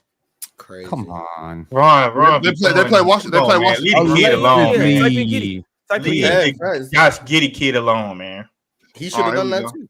No, I'm sorry. Oh my God, Mars, that's crazy. That was an easy setup. In my defense, that was crazy work, Mars. That was an easy setup. Just go to Josh's assist or just assist in general? No, Josh's assist. His assist right here. Yeah, 5.5. It's only 5.5. It's only Demon. Demon or Goblin? They got 2 goblins. How is that? Oh yeah, let's take that Goblin. Okay, the 5.5 Goblin. Yeah, that's so. This don't count. This don't count on your record, right? Why doesn't it? It's the higher Goblin. It's a Goblin. You see this green thing right here? All right, then give me the Demon on Diddy. Will do nothing. All right, they're playing Washington. They'll be all right. Give me that. Scared. Bring me that. I'll take that. And then I was supposed to be in Denver tonight. Since I'm not, I'm still gonna go with the game. Okay. Hey, Swiper, you know if Jokic playing tonight? He probably won't play the Nets. All right, he got the snivels, Ron. Well, I had the same thing. Not my MVP. 2 weeks ago. Missing games in January. Not my MVP. Disgraceful. How come he's the only one on here? Who do you want from there? You want Jamal or you want Russ? Type in Westbrook. I know Jamal gonna go less. That's easy. All right. You're not playing? They playing. All right. Look. What's not an option? Nah, they ain't not. If it ain't Jokic, you ain't getting none. Jokic is only one for the Nuggets, Ron. Halliburton. Oh God. I said we going heavy on the assist. They play the Warriors, right? Last time you had a Halliburton on the Warriors, it didn't hit. After all the love I gave to Steph yesterday, He did some bullshit, Pen. Go. It's almost The as if he's timing regressing. of these I don't know. things. If Steph had What just you gone want, off for 50, I look like a genius. It's almost as if he's regressing. Crazy. He finna cook these bums tonight. I want y'all to know that. Go. Give me more on that points and assists. He's about to cook these bums tonight. At least he hit them clutch free throws. So give him credit. Gotcha. All right. What's up? Who's next? Chill, Mars. What's up? It has to be a game for today. I want to go. Yeah, Mars. Come on, bro. Well, Yeah, I don't think they don't have games for tomorrow. Yeah, I was just asking. Damn. I mean, if they have it for tomorrow, you could do it, but I don't. These think they have are it. all today. This all today right here. Okay, tough. Paolo is back, right? He is. Let's see does Paolo have anything going on? Hey, Ox, I just want to let you know Steph got 10 rebounds last night. You see the bullshit I be talking about? What's his Who got 10 rebounds? Steph. Yes, sir. That's the shit I be talking about. What's wrong with rebounding? I picked his ass to get 5 rebounds in one game. Yeah, that's right. That's right. Here go Paolo right here, Mars. Here go Paolo right here. Only 2.5 assists. That's tough. That's how you gonna get 2.5 assists if he ain't passing it to Franz? Here we go with this Franz shit again. I'm so sick of Ox. I swear. Giannis and Paolo combo. How many minutes is Paolo gonna play tonight, though? I don't know, but Giannis gonna score like 35 by More himself. than Franz. More than Franz. That is very true. He's gonna score 35 against Sure, that was necessary. that team. Yes, it Giannis was. gonna score 35. Yes, it was. I'm sick of you, Ox. So sick. I'll take the points combo, Giannis and Paolo. Okay. Chill, what you got? I want to go back to that. I want to go back to that Celtics Kings game. Kings? Okay, you want me to go Celtics? Good luck fighting with that dude all night. Sabonis. No. Right. Go back to Sabonis. I already got Sabonis. Oh, you already took that one? Oh, okay. Yeah. You knew I was going to take Sabonis. No, take De'Aaron Fox more. Take Jason Tatum. I don't know if Jason Tatum gonna be in the game long enough. Okay, so take less. Damn. You think they're gonna blow them out? You think they blow second out? Look at the numbers, 20 and a half. Yeah, they think so too. That's a goblin. What's the demon on Jason Tatum tonight? Yeah, what that there is none. Type in his name. He don't got no dog in him. They ain't giving him no demon. No demon. All right, shout out. What about okay, 29 and a half. He could crack 30. That's what he averaging. I'll take that. Yes. Yeah, I'll take that. That's what he averaging. But hold on, really quickly. I just want to see what Malik Monk look like. What does Malik Monk line look like? Now you talking, chill. Now you talking. Let's go, League. What is Malik? 13 and a half. That's 28. Oh, SGA is number 1 What's on the that? MVP. I don't know. Nice. Ox, I'm gonna take that with the 28 points, rebounds, and assists. So let's see. What's 24 I think that might be a 5. lot. It's 24 and 5. Right here with the points and assists, 23.5. I like that assist combo, Derek White and Malik Monk. And Derek White ain't getting no assists. I like that Malik Monk block shot. Go back up, Ox, really quickly. I'm not gonna hold us up. Go back up a little bit. Hold on. I think he can get me 2.5 rebounds. I think he can get me more than 2 rebounds. I should have took that. I should have took them 7 rebounds yesterday from Jaime Jaquez. I knew I should have took it. You want this goblin right here, Chill? Chill, you took it. Did I take it? Yeah, you won on that. Oh, by the way, that's why me and Ox got to make 2 picks because we 2 of our players sat out. But as of right now, the record is Chill. You are 8-13. Ox, you are 8-12. Damn. Mars, you are 5-16. Damn. And Ron, you are 8-12. Read my record, Ron. I mean, that's decent. In my defense, Ron, what's my record, Ron? The last 4 games, and he keeps going. Am I like Bill Goldberg? Am I 1-0? I'm 1-0. Hey, I just want to when we're doing picks like this, I don't think 8-12 is bad at all. This is not as good as 1-0. I'll tell you that. Volume. Facts, low volume. You shouldn't wide open. Monk the 28. Yeah, they basically calling you Scotty Barnes, Pin. You want that? Oh, man, don't start that shit, Ron. Not today. Hold on. Not today. Real quick. Chill. You want Malik Monk PRA? Yes, I'm gonna take that. Yes. All right. Hey, Y'all Ox, I just want to salute to Ox scientific for working with- hard. Y'all gotta 'Cause, stop going in your feelings on this one and start getting real scientific about this. Okay. Tell How us, does Ken. Steph Curry respond to bad shooting nights? He have a great one. By not playing. He the has second night no. of the back-to-back because He has intense great shot. ones. Okay. The last time he had a really bad shooting night was against Memphis, 0 for 7. What did he do the next game? 8 for 8. Points. Hold on. Yeah, 31 ain't nobody, points. 10 assists. ain't nobody taking Steph Curry. Ox, hold on. Go back. Just Steph type in has Steph knee right quick. tens. That man don't play back-to-backs no more. Just type He him old. in. Just let me see. They Don't don't. worry about Steph Curry. They Steph don't not even top gonna of that, play. Ron. He's not He's gonna not even play. playing. See, Oh shit. Never mind. he old. Damn. See, he regressing. He can't even play back-to-backs. Oh shit! Get out of Regression. here. Don't All right, give this- him Mars. That's a This clear is what we sign. looking at, y'all. Back-to-back. Are they for sure he's not playing? He hasn't We played got back-to-back the whole Dominance season. Sabonis, 38.5 PRA. You guys know Ox. He's going more. We got OG Anunoby. You guys know Ox. He's going more with the demon pick, 24.5 PRA. Double PRAs for Ox. We got Josh Giddler, 7.5 assists. Mo on a demon pick. Let's go, Gid. We got Halliburton. That's nasty. Who the hell picked that? That shit is 28 nasty. and a half. About to cook these bums tonight in Golden State. More. Giannis Antetokounmpo and Paolo Banchero. 46 and a Yeah, I half take that. points combo. More. Do we know if Paolo is on a minutes restriction? He is on a minutes restriction. I mean, Hmm. Giannis He gonna get 20. Wait, Giannis gonna get 28. Giannis can mess around and get 50. Giannis gonna cover this for me by himself. Like, that's cool. Okay. And last but not least, we got Malik Monk. 28 PRA Mo. Yeah, Lee. Let's go ahead and send that through. What? I mean, it's Flex Friday. Go up right quick though, Axe.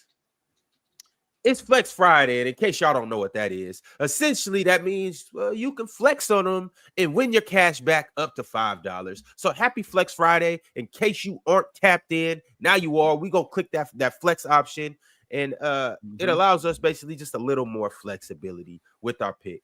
So we got that. Damn, I didn't know it was Flex Friday. You know, sometimes you gotta flex on them. We flexing with both arms. Oh damn, Ox, you too quick. I was gonna say let's put 50 on it, but 20 gets us 700. So he wasn't gonna say that. I know Alright. much. I know this dude. Damn, Malik's been on a tear. That's what he do. That's somebody got to score for them bums. Playmaker. Chump of a franchise. But all right, before we get into these super chats and whatnot, I gotta ask you guys one more Rockets question. Do you guys sincerely believe that they are the second best team in the West? No. Yep, I do. In the regular season, want- yes. In the regular season, I think they've been the second I best. hope we catch up with them in the first round. Absolutely not. I In think the they regular will be- regular season, they've been, in my opinion, quite clearly the second best. Let's read. Let's see. Obviously, In I a don't want play- to play in a- Denver because Denver got In a some playoff shit setting, we they can't will lose handle. to anyone they play in the first round. So who is legitimate? And I want to Anyone. hear from everybody. Who's legitimately the second best team in the West, in your opinion? Chill, I'm gonna start with you. Legitimately, I think it Yeah. is the Rockets. Like, are you Just including defense. playoffs or are you just doing Right now, the regular what they've season? been doing? Just right now today, right? I'm regular season. That's why, yeah. And I'm regular season. That's why I had them as a top 5 seed in the West. I did not have them this good, but and that's also why, because I didn't have their defense being this good. Their defense is really good. That's one of the main reasons why they're at the top of the league.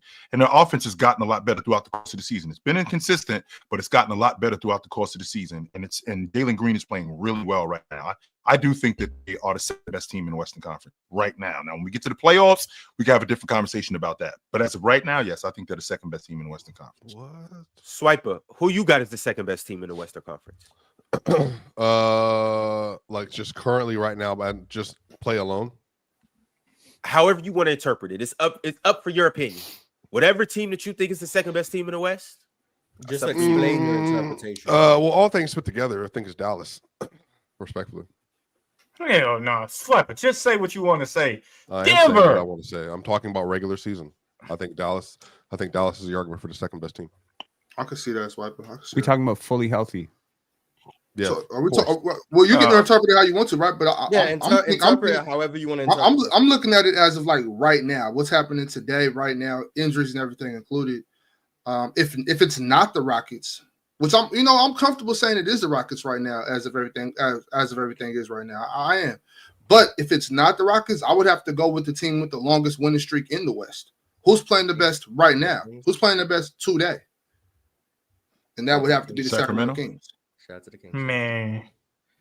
Nice. If you're not watching us play these last 5 games, just say that. You know what I'm saying? That's cool. But nice setup, Hawks. Nice setup. He interpreted the rest and how he was entitled to interpret.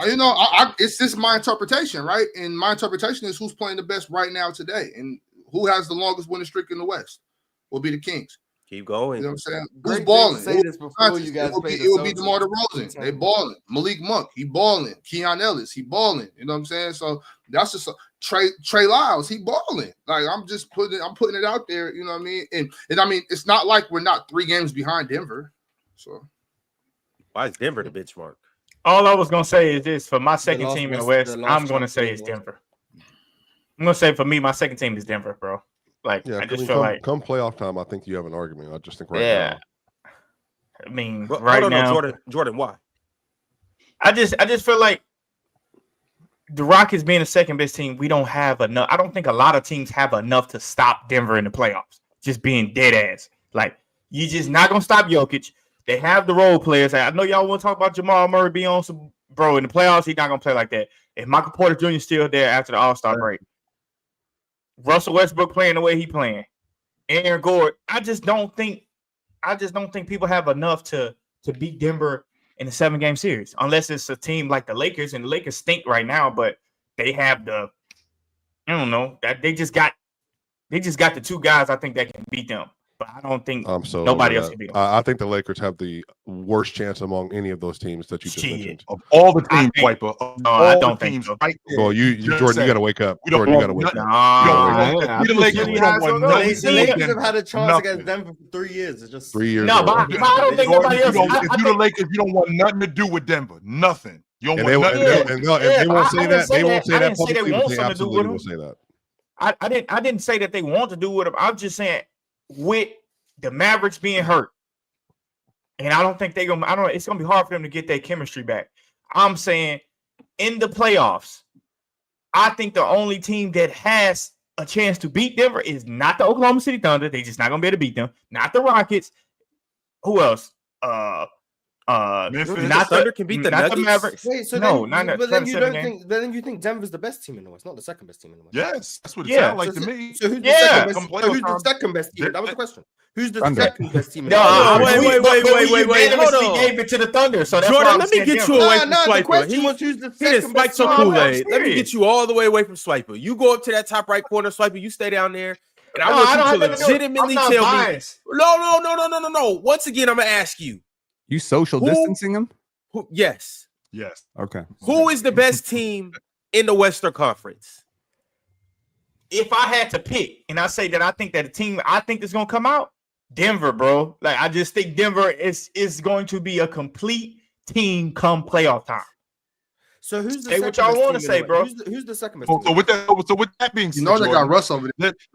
Denver, in your estimation, Denver is the most complete team come playoff time. So with that, who's the second? So who's the second most complete team come playoff time in your estimation? I'm saying, all right. The obviously you would say the Oklahoma City Thunder, but I don't think the Oklahoma City Thunder will beat the Lakers in the series in the playoffs, bro. Okay, you think it's the Lakers? Team? If you don't think it's the Thunder, May I ask a question? Regular season ain't cool. I have been fairly quiet because I'm allowing y'all to talk about several different things. I really truly want to know this. The Lakers, and again, I'm not. This is. I know. Please cover your ears. Basketball. Do you know the Lakers are struggling to win. I know they are with AD and LeBron on the course of the season. They're getting destroyed in LeBron minutes without Anthony Davis this year. So I'm saying versus OKC, the thing that makes OKC dangerous is when Shea goes to the bench, they might not have the offense.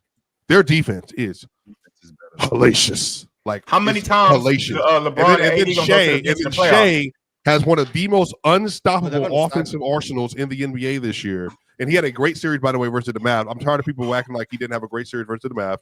He was incredible versus the Mavs. Everybody else around him sucked, but Shea was great.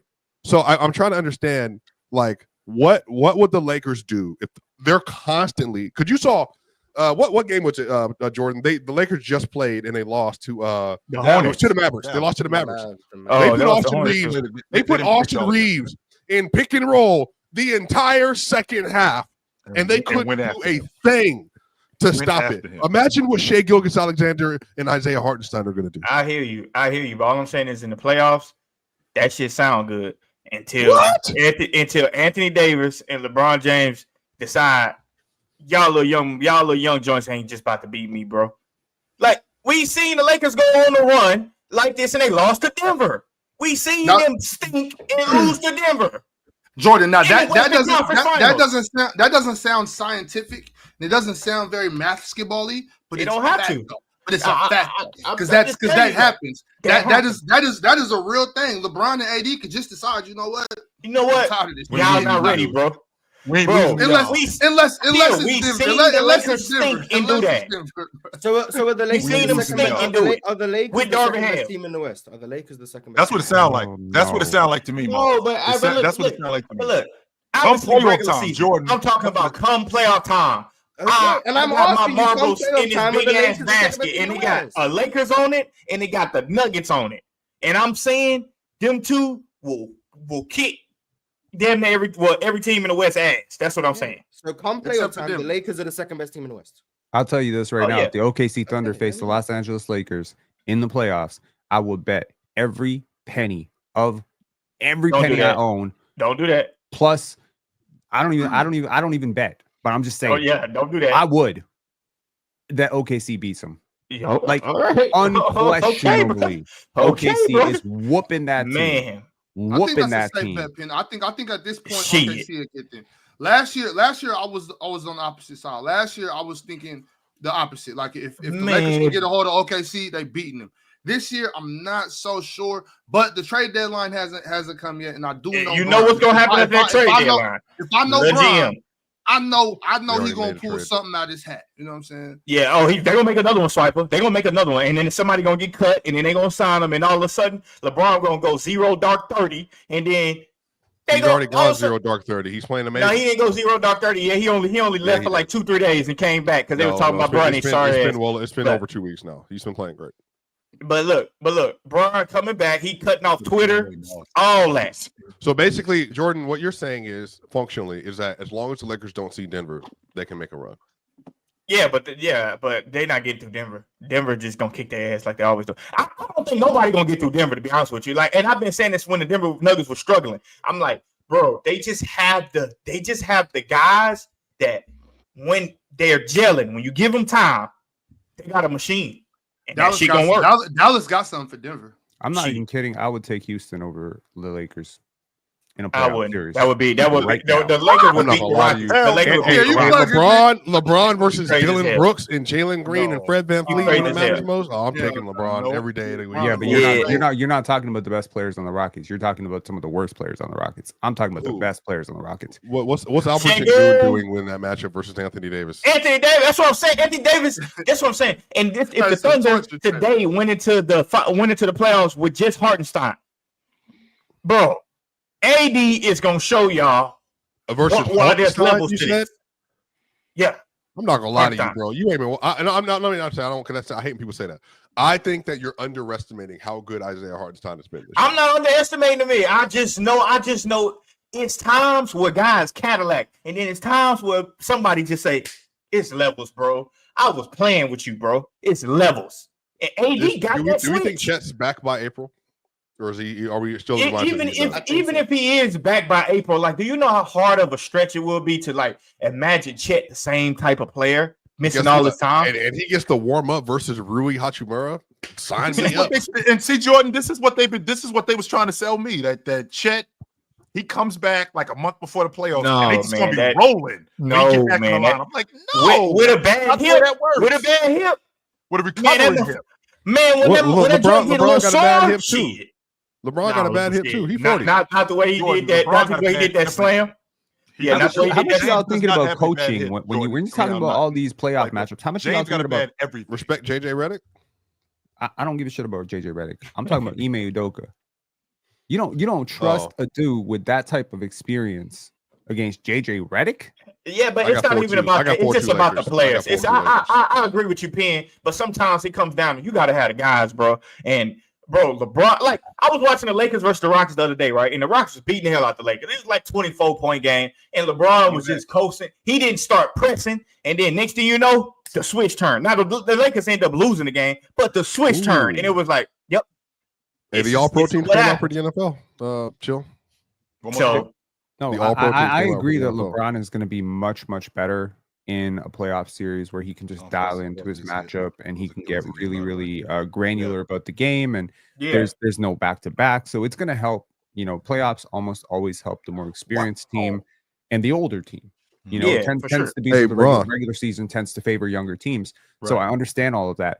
But it's not like the Houston Rockets don't have an experience advantage in some regards. They have, but not in the playoffs. Jalen Green's never been in the playoffs. Alpy never been in the playoffs. Tari Eason never been in the playoffs. Jalen Green went to the playoffs in the G League. Oh man, get the hell out of here! Nice. I mean, we got experience, but Fred VanVleet, I love Fred VanVleet. But bro, I got a feeling he gonna think he about to turn into Kawhi Toronto Fred VanVleet in the playoffs. I think he got to do that shit. Finals MVP Fred VanVleet. Yeah, shit. Fred will try.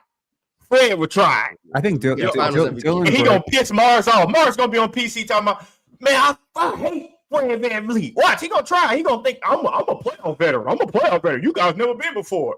Jalen Green gonna stink it up on this. Yo, contract here, Fred VanVleet in the playoffs. I mean, shoot. Damn, like he about to shoot every damn shot, Penn, and you know it. So Penn, he might actually make them. No, so he ain't making it. So Penn, what we do, real quick, Ron. So Penn, what we do is we scheme different in the playoffs, right? So they're gonna scheme different with, like, if the playoffs started today, they would have to see Minnesota in round one, right? Houston would have to see Minnesota. So the scheme against them, against Jalen Green, would be we want Jalen Green shooting. That would be that would be the scheme on him. Now the playoffs are a little bit different than in January, right? So because of that, we want Jalen Green shooting. So if we want Jalen Green shooting and we press him to shoot as much as possible, come playoff time, that could be a detriment. And now he may play himself out of the lineup because I know who Coach Udoka. He will take his ass out the lineup. Coach Udoka. If you get the Jalen Green, that's on a hot streak. Great. Yeah, best wings come off. Tari Eason and Amen Thompson are the best wings in Houston, first of all, and their best wings come off the bench. So I don't really care if Jalen Green plays himself off the court. Good. You will miss 20 points a game in the playoffs, Penn. But I can appreciate your logic with those guys being their best wings because they're effort guys. They're great on the defensive end.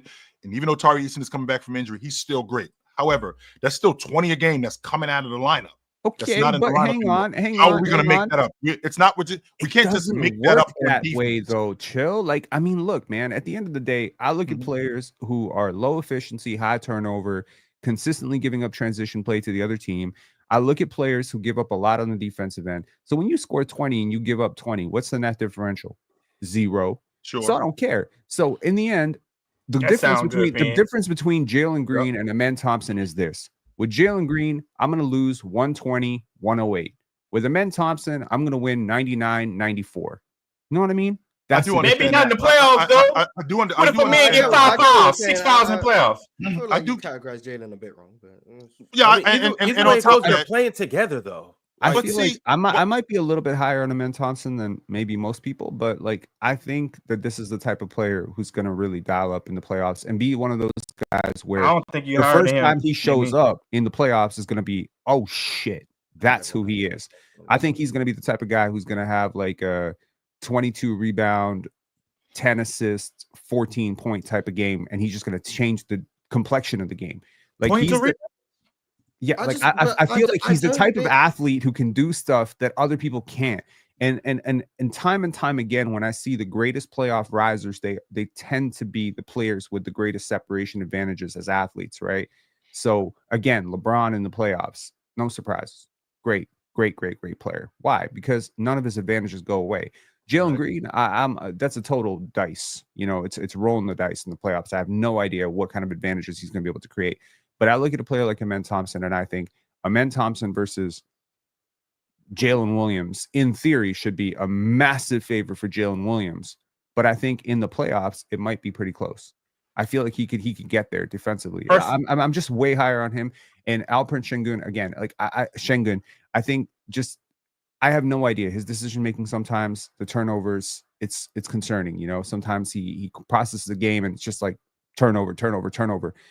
But that dude is a beast. He's just physically very imposing. You need to throw a second defender on him. And when you do, I guess at that point, I'm just praying that he makes better reads out of those situations. So, again, and Fred VanVleet can get hot at any point. Jalen Green can get hot at any point. And you got so much depth that if those guys aren't kicking it, I mean, hopefully you can go away from them early and then still sustain some level of offense. So I don't know. I feel like the Rockets are being undersold right now. I agree. And that's what I want to get back to, Penn. When you talked about bottom 5 half-court offense is going to be very good. Well, here's the thing: the trade deadline is coming up in less than a month, and I feel that there are some serious bucket getters. Look, here's the thing. Here's what I would do. I mean, I'm not even kidding right now. There's a couple of bucket getters who are massive upgrades on Jalen Green right now that are available. Zach LaVine. Okay. Zach LaVine. I would take that trade because if Zach LaVine shoot the same shots Jalen Green shoot, I feel like we're gonna be better. But hold on, Penn. You said something. And Zach been balling this year too. Yeah, if he shoot them same shots, I think the Rockets now we got a better chance. Still don't beat the Lakers, but we got a better chance. Willingness to do this. They traded Josh Giddey. They traded Josh Giddey out. Jalen Green can be traded this season. He just signed.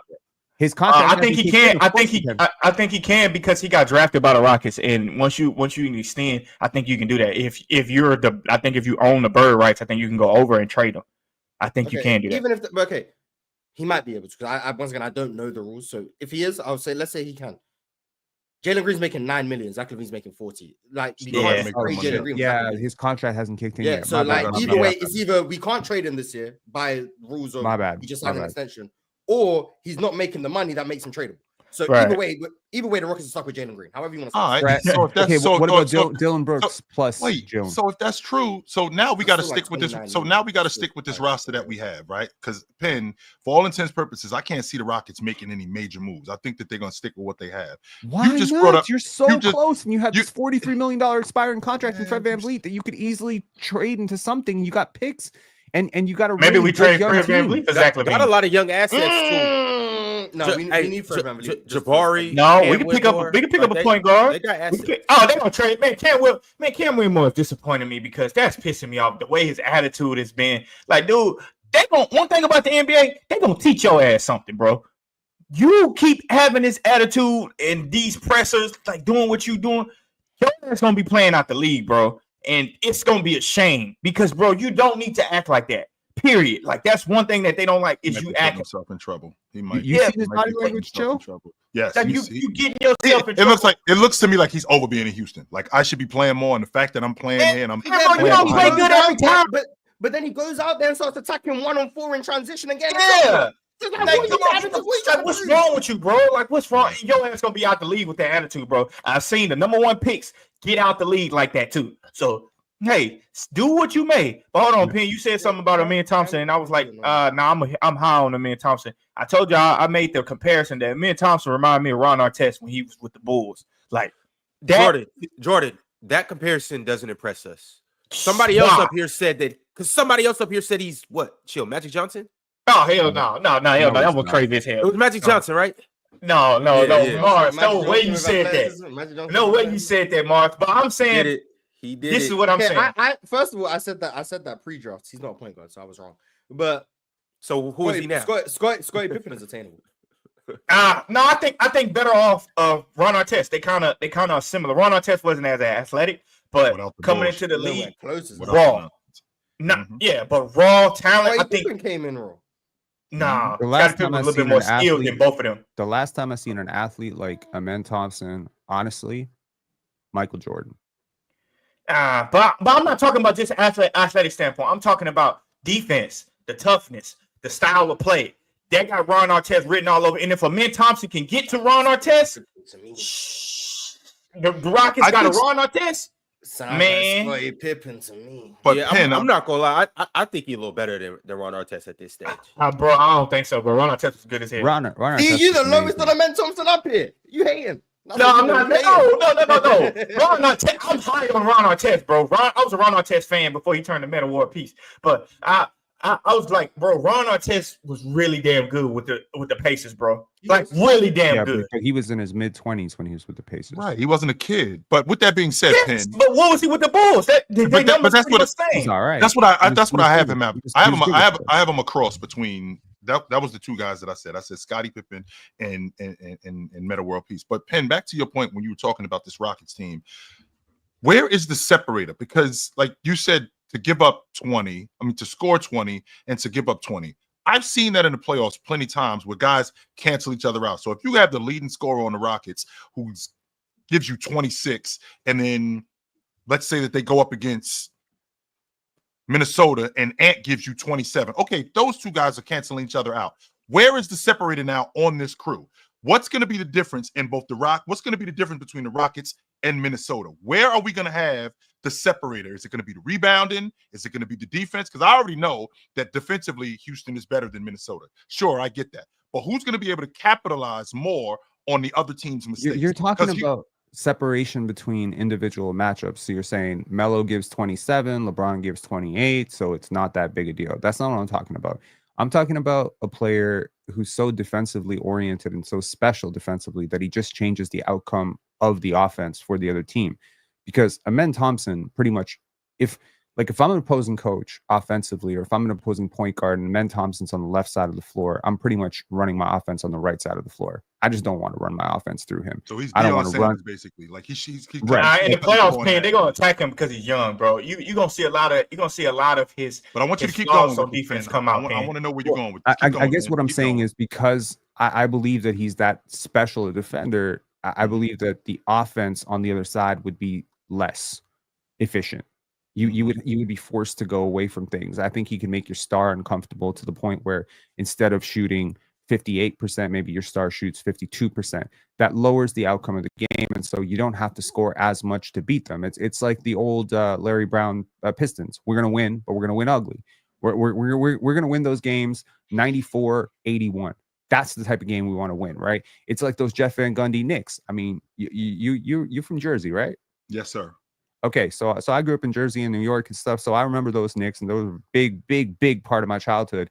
And those Knicks teams with Jeff Van Gundy, they weren't very evolved offensively. It was very, very straight down the middle, but they were a muck-it-up defense, right? With Camby, Ewing, Sprewell, et cetera. So, you look at Latrell Sprewell and Allen Houston, you're like, is that a good enough duo to lead most championship cores? Probably not. Is that one of the probably, like, I'm not trying to disparage or criticize them, but is that the type of duo that you would see in the finals typically as your leading scorers? Usually not. But the defense evens it out, so you can win the game in a different type of way. You can win a different type of game. And those Knicks teams were very, very good, impressive defensively. And that's kind of how I see this Rockets team. I see them as winning ugly. They're taking on the identity of their coach. That's where I'm at right now. They're taking on the identity of Ime Udoka. And when I look at the Boston Celtics under Ime Udoka, very good defensive team. The best defense often doesn't get talked about is actually the 08 Celtics. That might be the hardest working team I've seen. Apart from the 04 Pistons, I think the 08-09 Boston Celtics, that's a team that just won ugly. So it doesn't matter that Paul Pierce isn't as good as Kobe Bryant. It's their defense that's creating these mucky, ugly games and creating a lot of less efficient offense for Paul Gasol and Kobe Bryant, which means you can actually beat them in the finals. But in theory, Paul Pierce should have no chance against Kobe Bryant, right? Sure. That part I won't argue because how much better of a talent he is. All right, I get that part. But because Houston is, because it sounds like what you're telling me is that they're winning by committee on defense. That's how they're going to win. They're going to win by committee, whichever one of these guys. And their best defender has a huge part of that. Just like the best defender on every one of those defensive teams has a huge part of that. I have never seen the best defender for a defensive powerhouse coming off the bench. Right. But, well, I mean, Dennis Rodman did it in '89, and when he won Defensive Player of the Year. So, I mean, I'm sorry, in 1990, he won Defensive Player of the Year. And with that being said, baby, okay, sure, You gotta be aware. I can appreciate that. However, though, Penn, with this Rockets team, and I'm not big on them in the playoffs. I'm not.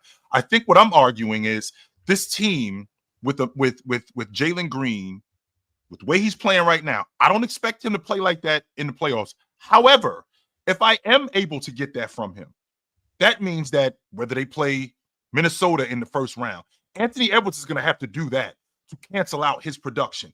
And if I'm getting Anthony Edwards to do that to cancel out his production, I like the Houston Rockets defense way more than I like Anthony Edwards in Minnesota. I like them a lot more. Y'all know what we gonna get from Jalen Green though. Jalen Green's no, I gonna don't. have two. I'm gonna tell you guys what it's gonna be in the playoffs. Nobody knows. Ron, you're saying it like Ron. You don't know. I don't know, but I'm giving my prediction. Like no, yeah, but you said right. Nobody knows what's gonna happen. I promise. What I'm saying is, and it's kind of what we've seen from him. I'm saying it's gonna be up and down. We're gonna get a 30-point game from him, and then we're gonna get a 10-point game from him. But I believe in a 7-game series, we get probably a 30-point game from Jalen Green. And then we get 2 games above 25, around that 25 range. And the rest of the games is going to be. And then the rest of the games is going to be. That's what I'm saying, Ron. Let me prove a point to you, Ron. Hold on. And then it's going to be some bad shooting games. That's what I'm saying, Ron. Stay right there. So are you saying that he's going to be more up? What I'm asking you, Ron, is he going to be more up than down? Because when we're talking about buckets, when it comes to Jalen Green, we're talking about the shot selection. We're talking about volume, which, as to Mars' point, they've already got a bottom 5 half-court offense. If we got a guy that's shooting us out and he's getting 25, that's not helping us. So are you telling me that he's going to be more up than down in those playoff series? I'm going to say more down, but you're going to get 3 good games from him. I think potentially one great game. I think Ron's making a fair prediction on Jalen. Like, I'm not saying you're wrong, but there's also the possibility that Jalen's in one of his bad slumps when the playoffs start, and he just gives you 5 straight bad. Or exactly, and we get into it. Or you get the possibility that Jalen's having a hot streak at the right time, and now all of a sudden he's giving you 26 for 6 straight games, and he's efficient the whole time. That's why Jalen Green is like the pinnacle of you don't know. So Mars, you're basically saying if Drea makes Jalen Green mad, then we ain't gonna get the Jalen Green. I don't like. That might make him get busy. Biggest wild card in any playoff series he goes into. So Drea is the real X factor of the Houston Rockets. Jalen Green is capable of being the best scorer on any given night, literally any given night. On the floor, he is capable of changing a game with his shot making, his shot creation, and his athleticism. He is also capable of losing his team games with the same things that he can win teams games with. Like, you don't know what you're going to get. You might get the Jalen Green that shoots 40% on pull-up threes, and you might get the Jalen Green that shoots 18% on pull-up threes, can't get to the mid-range and is turning the ball over every time he sees a pick and roll coverage. Like, you don't know. Like, that's why it's so scary. Houston could win a playoff series on the back of Jalen Green. They could also get swept on the back of Jalen Green.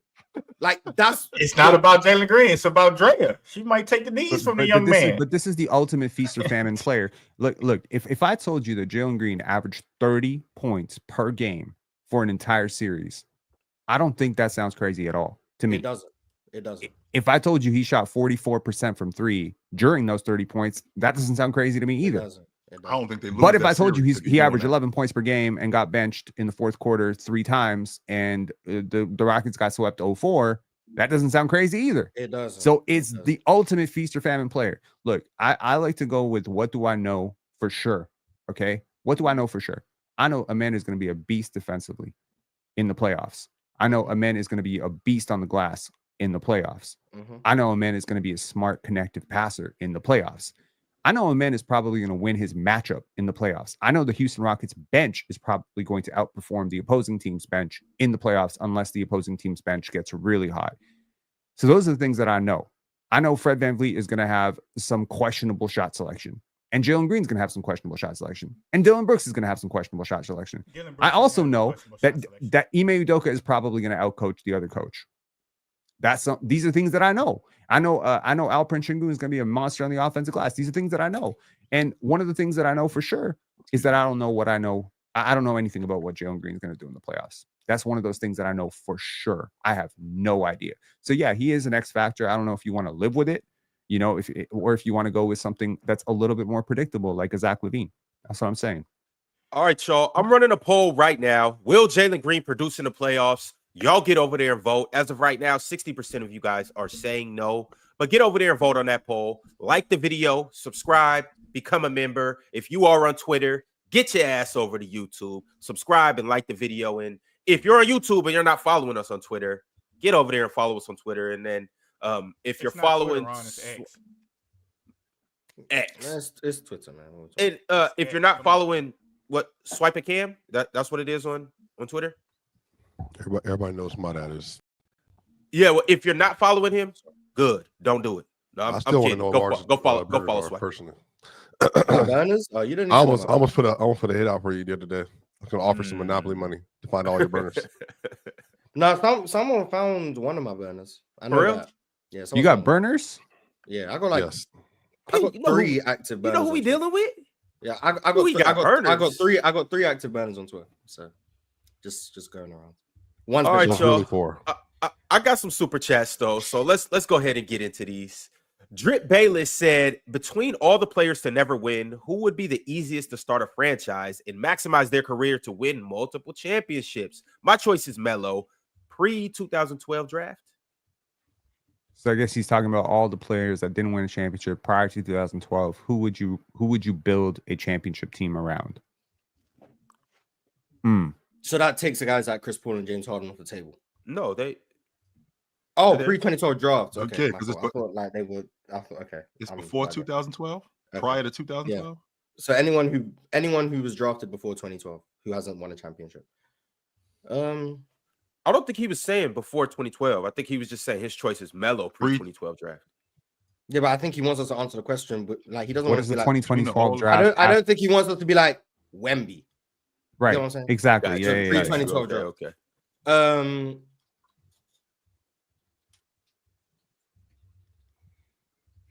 Damn. I think Chris Paul's a good one. I think James Harden's an interesting one. Steve Nash, I think, should have won. Steve Nash is a great one. Steve Nash would probably be my answer. If I'm being honest, Steve Nash is probably my answer. Wait. So you're saying, can you frame the question for me again? From any players who have won no championships in their career, who were drafted prior to 2012, who would you build around, or who do you think would be the easiest to build around to ultimately win a championship? Let me ask you a question, Mars. I thought this would put you in a little bit of a of a tizzy. You ready? Yep. Steve Nash or CP3? As a player, or just to Yeah. build around? To build around. Both. I think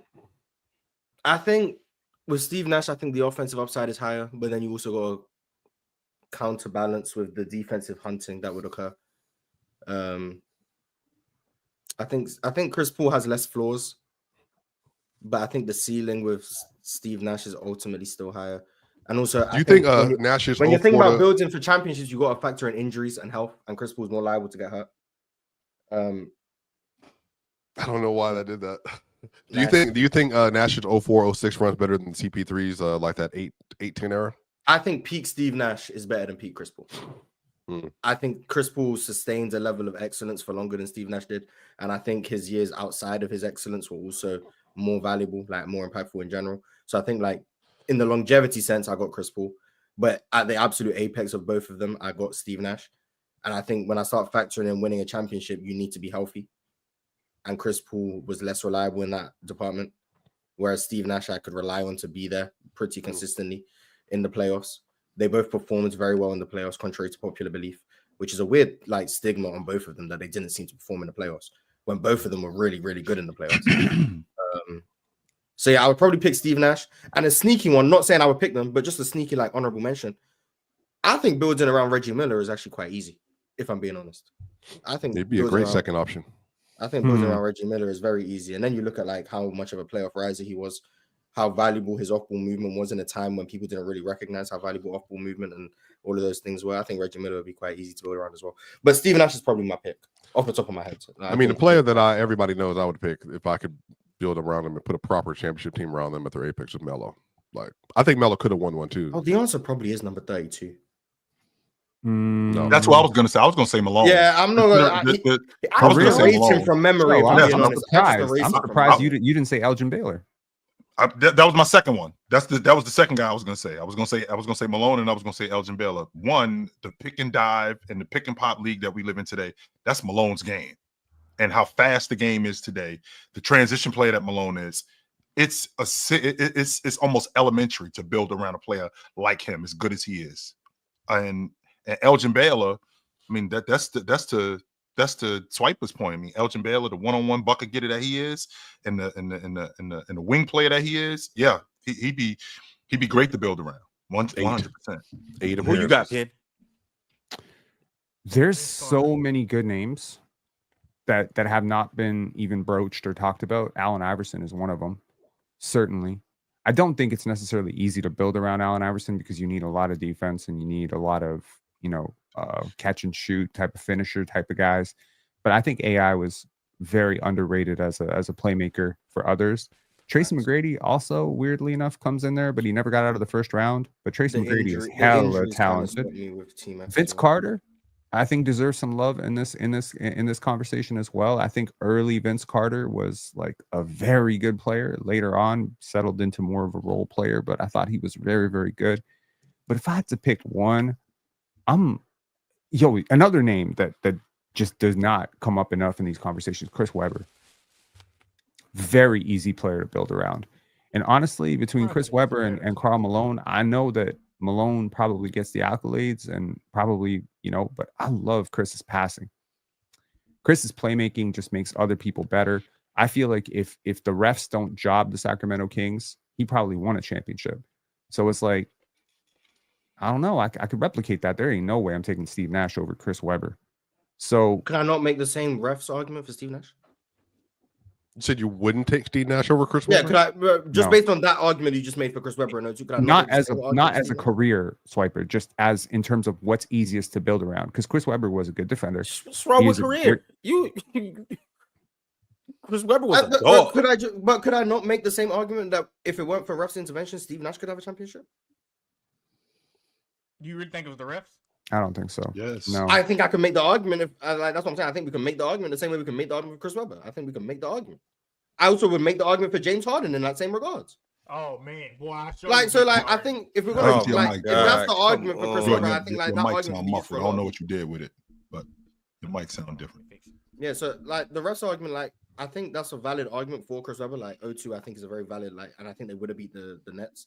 Mm-hmm. But I also think there's other ringless players who have definitely not benefited from Chris Paul, and James Harden and Steve Nash. They're all examples. And there's other players who have probably not felt the benefit of refereeing. I'm just was that a referee thing in 07 or was that just yes, that's better. Yeah, it's better. Was that a referee thing in 07 or was that just unfortunate that guys came off the bench? Because I think they beat Cleveland. I think they beat San Antonio. And I think that they beat Cleveland too. You know what? I have my answer. If I look at what happened, and I'm that got a suspension, I think that's crazy. There we go. That's my answer. Arvydas Sabonis. One more time, Mars. I didn't hear you. I'm sorry. The Penn was Go ahead, Mars. Yeah, Penn picks Arvydas Sabonis. I think looking at that 07 situation, I guess by the letter of the law, a foot stepped on the court. You look at it come on, that's not worthy of a suspension in the playoffs. If we're being serious, they 1 foot stepped on the court, and you're saying suspend them, yes, I'm saying that's on refs. There's got to be some sort of understanding. Yeah, I don't like that. I don't like that call. That's unserious. He was tossed in that game too, wasn't he? I think he was tossed in that game. Yeah. Yes, I think he was tossed in that game in particular. I think he was tossed. I'd have to check if I'm being honest, but that, and I'm not saying I'm picking Steve Nash because of the ref thing. That doesn't. I think you got to have multiple chances, and unfortunately, winning a championship takes a lot of luck, and sometimes you don't have that luck. So, guys like Steve Nash, James Harden, Chris Webber, sure, teams like the Utah Jazz with 32 and Stockton, they were all capable of winning championships. They just didn't. That's how I view it. They were capable. They just didn't. Right. I don't think Hakeem would have won one if Jordan would have been around. I think that's how the NBA works. You catch a window, and I think that every player you benefit from tremendous situation and timing. And I think a lot of players don't benefit from that. I think Charles didn't benefit. I think Charles absolutely, again, everybody knows I think he's better than Malone in some ways, but I think Charles it was the wrong era, the wrong situation, and the best he ever got was Phoenix. I think there's other iterations he could have entered his career in during his prime from 84 to 94 or whatever, and he absolutely could have won the championship. He was that. Yeah, so I think a lot goes into it. And my theory, and this is why the answer probably is number 32. I just don't want it to be him. You got to have as many bites of the apple as possible. and you've got to have sustained health, and you've got to be really good for a really long time to give yourself as many opportunities as possible. And he was all of those things. And he fits all of those criteria. Like Steve Yep. Nash, you've got a window of like when he's at his apex for those 5-6 years, you're going to have elite offenses every year. If you can put a sustainable defense, you've got a shot. Chris Paul, he's going to be really good for a really long time, but expect some injuries to derail some playoff runs. That's a concern. And James also, Harden, Steve Nash you're going to have a really good stretch of time, but Yep. you know he's going to regress in the playoffs. Yep. So can you still overcome that regression? That's the concern. With him, with number 32, there was some playoff regression, but you had so many bites at the cherry that I do think he probably is the correct answer. I feel like And one of the main reasons why you had so many bites at the cherry is because of health. To your point, you know, when guys being able to stay healthy, Malone was consistently on the floor and he was playing at a high level. And I just think that because of the way the game is played today, how fast it is, how important the lead guard is, the pick and pop, the pick and dive offense that we see today, and the transition player that he is, building around him, I think is the easiest than anybody else who did not win the championship. Chill. It's funny that you say that because it's a guy that has not been named that you just crashed out about just last week. You know the dude is better than Giannis. Swiper just said it. Swiper did just say it. You know the dude Barkley. is better than Giannis and better than Jokic. Why? Well, it's interesting. But he doesn't actually believe that, Rob. It's He does interesting. believe You that. bring He just thinks 32 is better than all of them. No, that's what I was You think about to say. Malone is better? Man, stop Yeah, it. You that's don't believe why that. I- You don't I- believe Charles that. Barkley. No, you don't. No, you don't. Well, Can he- Oh, I'm so sick of this old '90s nonsense. I didn't say I watch just as much Malone as you could, obviously, but I watched Karl Malone, and your function. Malone was better than Barkley. You can't sell me that he wasn't. He was better than they him. weren't better than Jokic. Hold Or on, Giannis. hold Or on, Giannis. hold on, though. Orion. And I want to make sure that for I preference. damn sure because his I just want to make sure that I offense, preference. and he was a far worse offensive player than Giannis Antetokounmpo. I want to make sure that I preference what this argument is about. Malone.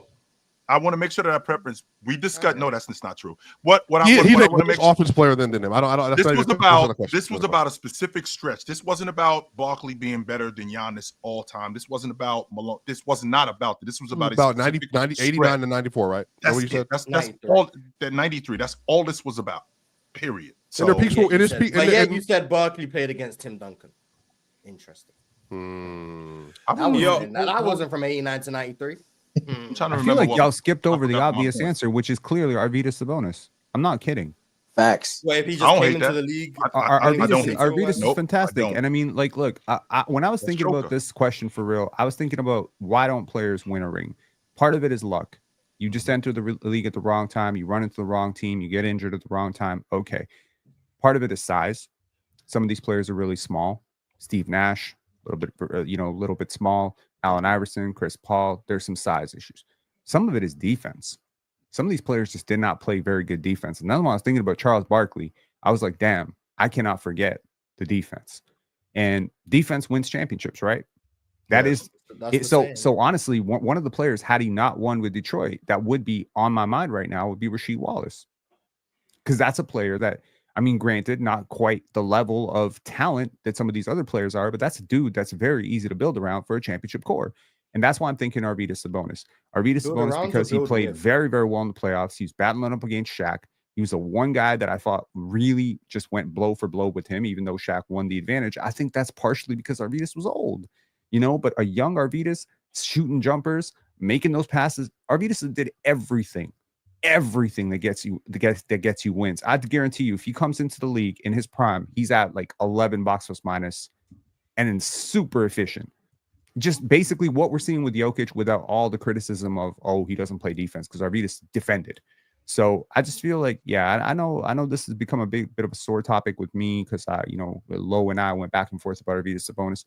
I really wish you could build a time machine and really see that just for 10 games, just for 10 games, just so people could. Better than Jokic? Mars, it's a conversation. When he was before the health issue, it's definitely a conversation of how good he was. His footwork was impeccable. Sure, I think he was a damn good athlete. Any elite center from the 1990s was in conversation with. That's not true because I think Joker would have destroyed Alonzo Mourning. I think he would have ate Alonzo Mourning lunch.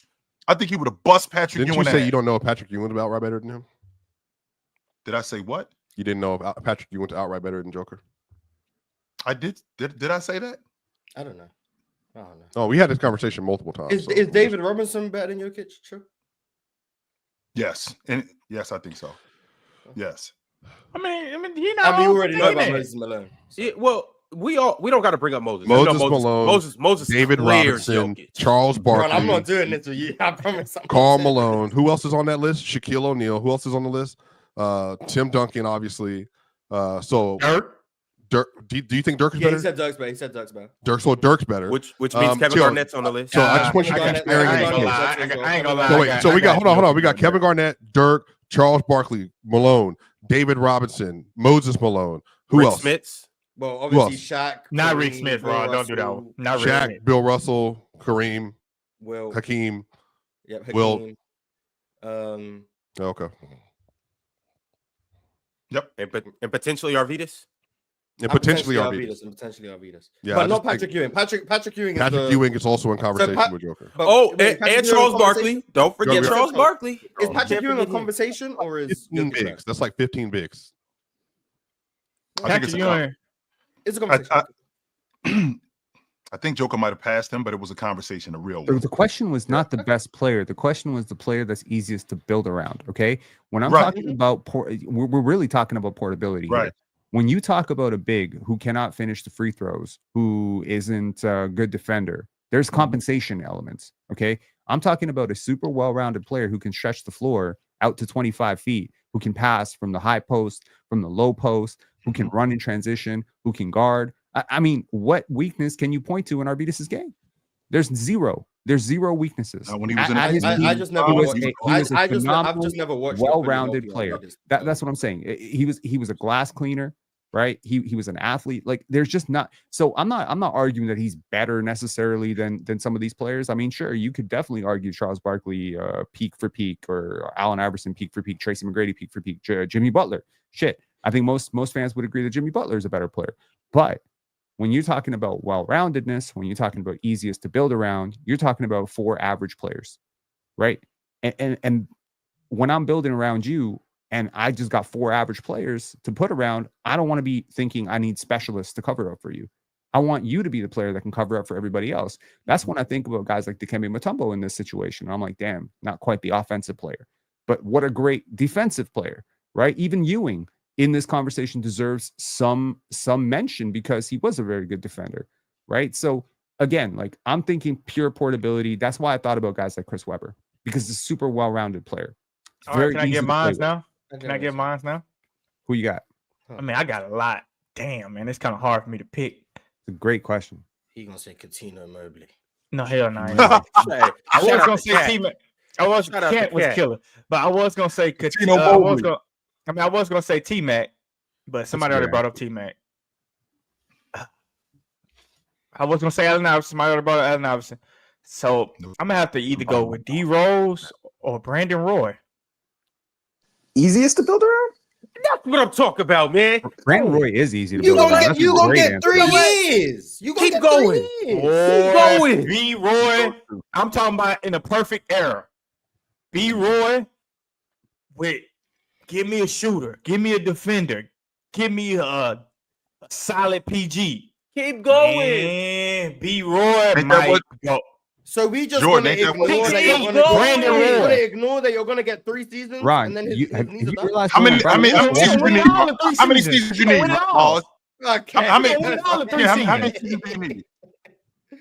Hey, I need 3 solid years with my team that I'm building.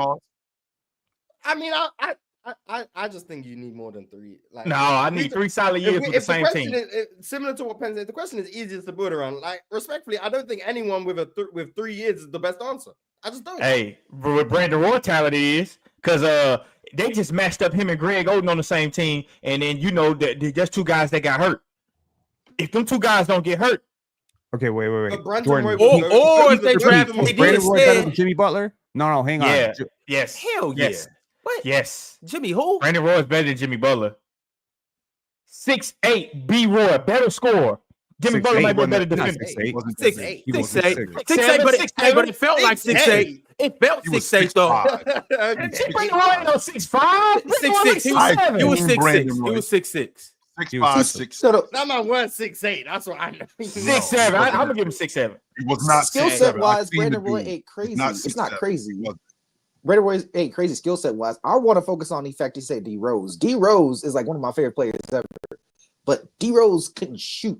Like Don't matter, bro. Don't matter. You said build around. Give me a shooter. But especially give me a shooter. Because based off of especially other Give me conversations Clay with D going, Rose. I'm talking about Golden State Clay. But D Rose couldn't shoot what? Because D Rose could knock down a mid-range shot. Let's not make it sound like D Rose couldn't shoot at all. Yes, he could. He could knock down a mid-range shot. He could knock down the long ball. He might not be able to knock it down like Chris Paul. He might not be able to knock it down like guards can today, but he could shoot. Let's not make it sound like he was Rondo, because no, he wasn't. No, so he one wasn't. of the things based on just how, especially with how Penn has been looking at it, I'm thinking that we're trying to win a championship today. And I feel like when we're talking about easiest with so many different choices that we have, I don't even think D Rose comes up there because of that limitation. That's the point I'm trying to bring up. Is we trying to win the championship today? That limitation is a pretty big one. In this era? That's what I interpreted. I was doing it in their time. Also, I just looked it up. Brandon Roy was 6'5.25 without shoes, 6'6" in shoes. Yeah, we play with shoes, man. We play with shoes, man. 6'6". Yeah, Penn, I've that's cool. seen the I'm dude. gonna buy them insoles that give them like 2 inch vertical, so they're gonna be 6'8". Oh, Come on now. Them illegal Come insoles. on now. Yeah, them illegal You wearing insoles. I don't know lips? how somebody gonna check your insoles. You're not checking my shoe, bro. If I got them on, you're not checking my shoe, bro. Get your ass away from my shoes, bro. You're not take off your shoe. Hell nah. Yo, The more fellas. I think a point. I don't even let them That's check the my receipt craziest at thing I found Walmart. in Get your ass Canada. away from me. When you come to Canada, they always ask you to take off your shoes. I'm like, nah, bro. Fellas, Yeah. so it's Friday. You know it's Hall of Fame Friday. So we had to bring one of our honored Hall of Famers and GOATs up here. My man Multi Kenny. Appreciate you for coming through. You are one of the representatives of the chat. You are one of the top representatives of the PC community. So it's always an honor to have you up here. Dub Multi Kenny, L Chat, but Dub Multi Kenny. But you told me that you wanted to come up here specifically for a reason. So I'm gonna give you the floor if you want the floor. If not, we can keep flowing. Oh, I'm gonna go ahead. I thought we were gonna skirt past this. Jordan, my man.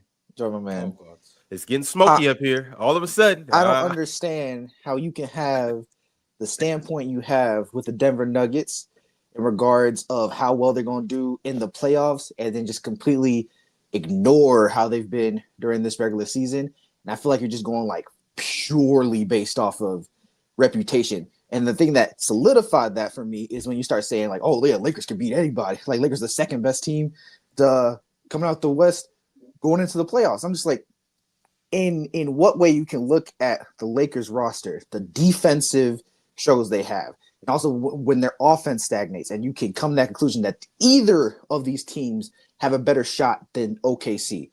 We watched the OKC Cavs game. We like this is the thing. I listened to your analysis on that. We were watching the same game. Like, and I don't know how you can watch that game and then come here and think that those two teams are better than OKC. I don't understand it. All right, let me explain something to you. Youngster. Because that's what this is. Let me explain. No. Stop right there. You are 1 year older than me. Hey, you a youngster. You little bro. You're a youngster. He little bro. So let me explain something to you, little brother. Little bro is crazy. Number one, like I've said about Denver, the structure of their team and the continuity by the time playoffs come. I just don't see a lot of teams stopping. Obviously, you cannot stop Jokic. That's number one. You cannot stop him, right? You get guys like Michael Porter Jr., who's a reliable role player for sure. Okay, you got Russell Westbrook playing. You got Jamal Murray playing. All seasoned guys. Seasoned guys. You might not say Russ is seasoned. Russ been to the finals. Seasoned guys with their machine, with Aaron Gordon. They have the guys that can guard at those positions that you're looking for. So what I'm saying is, it looks good in the regular season because you got Oklahoma City running through the regular season, and I'm not saying it's not important. That's not what I'm saying. I like what they're doing. I'm just talking about from marbles. Everybody marbles is on. It's gonna be hard to beat the Denver Nuggets. Now, the Lakers. This is what I said about the Lakers. LeBron James, Anthony Davis. We've seen them stink.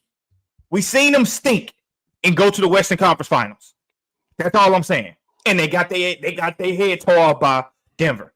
I'm saying LeBron James, Anthony Davis, whatever role players they finna get. I mean, Rui Hachimura, Austin Reeves, all of them guys gonna be good. Whatever role players that they finna get in the trade deadline, I don't know. But I'm saying in a playoff series, in a 7-game series, the way they are going to slow that game down and counter every attack that Oklahoma City is going to bring. Oklahoma City defense is good. But one thing about that defense that they're playing, they're going to have to simplify it a little bit in the playoffs. Like, you're not going to see those traps and all those stuff like that in the playoffs because they're going to expect them. They're going to know about it. And they're going to dissect them. And what's going to happen in the playoffs, you can't waste possessions to where you're getting dissected 6, 7, 8 times. You ain't gonna be able to do that. You're gonna have to get out of that and make an adjustment. And that's all I'm saying, that the Lakers will make you be able to do that. That's all I'm saying. Who are the Lakers going to do that dissecting? Like, are we going to play 40-year-old LeBron AD? 48? Are we going to play the LeBron AD 48 minutes a game? Why not the playoffs? Because he's going to break both of them. Either going to break down or it's just not efficient. You know, LeBron right now is already on like a somewhat not minutes restriction, but you definitely can see that his load is less. Eventually, you have to play those other guys, and those other guys, those accessory pieces, have been one of the major downfalls of the Lakers. Not only that, but LeBron defensively isn't nowhere near the same in that stuff like that. So just from the fact that you're basing off of Lakers stunk going into 2023, Lakers were on it, especially after that major trade and trade deadline going into the playoffs. They were we're on the same part. We're on the same part, Kenny. Okay, but that was 2020. That was 2023. That was 2 years ago. But you don't think LeBron can be better in the playoffs? He will be better in the playoffs. Like, I'm not saying he's willing to play 40 minutes too. By the way, this could be his last dance. He's gonna give it to you. I'm not saying that LeBron can't perform better in the playoffs, but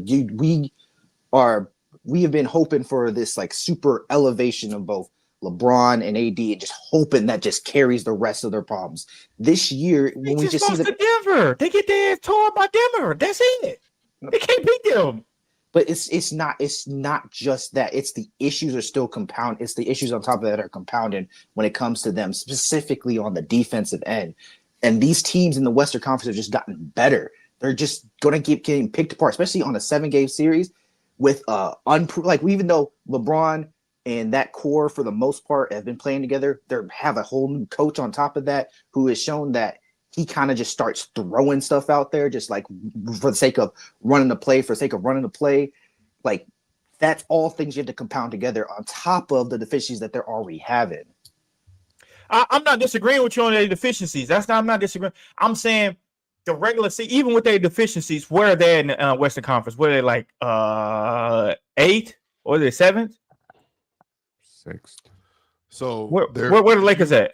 So if you look at the standings, they are currently slotted at the 6th seed. The 6th seed, but with all their deficiencies. But Jordan, I'm going to do the same thing that I did earlier this year when we were gassing the Lakers, and Mars and I got on here and had to put things in context. Be for real, they should be 13. They are currently, in terms of their overall like performance so far this year, they have the 18th highest net rating on the season as well, relative to on dunks and threes. And I think that, and I said that matters months ago. So I just want to be clear. This is not just numbers now. I said this months ago that they are a below average to average team. They have been winning as with you, but I'm saying they have been performing at that level. Like, I think your argument with Denver is interesting because Denver is still top 10, they're 8th, even though they've been struggling. So the indicators for Denver are that they're even better than what their record is. The Lakers, they're worse than what their record is what I'm saying. So I'm saying that, like, I think they're going to have a lot of issues come playoff time, but I also, to your point, if they get the right matchup, Jordan, they could win the right matchup. That's all I'm saying. I think the only matchup that they don't want early is the Denver matchup.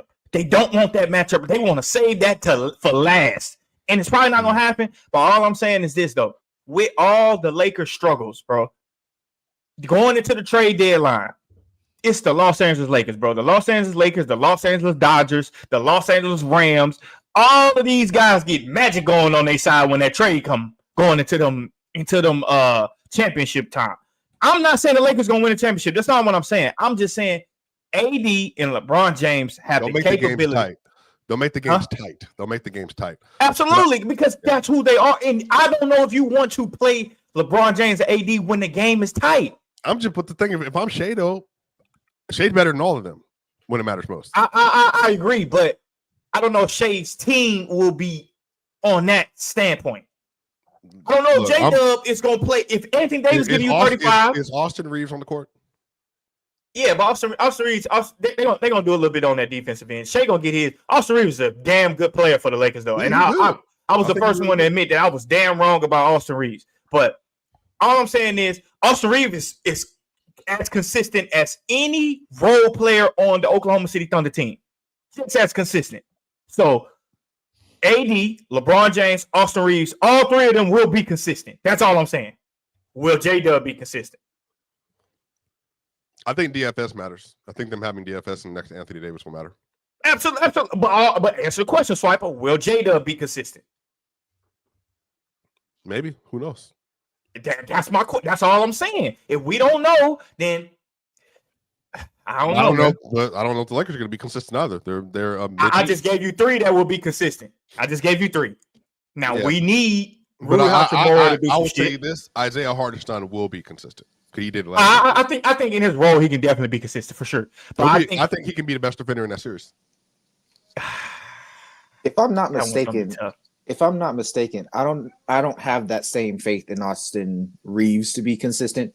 My memory's a little shoddy real quick, but I could have swore he was like a detriment during the Denver series, if I'm not mistaken. We're talking about Denver, though. He had we're talking about Denver. He averaged like 20 something on like 50, 90 in the first one, and then he was pretty good in the last one too. Yeah. It's just defensively, he's their best option as a guard. To piggyback on Swiper's point about the net rating of the Lakers and how they've been playing. I mean, math is often used, and Ox is gone, so I don't have to censor myself right now. But math is often used to predict outcomes based on how a team plays, who should win and should lose. The Lakers actually are outperforming what they're playing like by 4 wins. They should be the 13th team in the Western Conference right now. So right now they're 20-16. They should be 16-20. But I don't like that, Pen, because they won. Like I don't like what they should be. But here's the thing. But it matters. It matters because most of the time this data is pretty consistent. Like right now, the OKC Thunder have 30 wins. They're supposed to have 30 wins based on the data of how they've played, based on how they've shot, based on everything. But there are some extenuating circumstances sometimes that will allow you to win a game, like a blown call last second, a free throw differential, a non-call late, couple of tight, just a random fluke shot that just goes in. And sometimes I think we can all agree, and anyone who's played basketball can know, you play well enough to win certain games that you lose.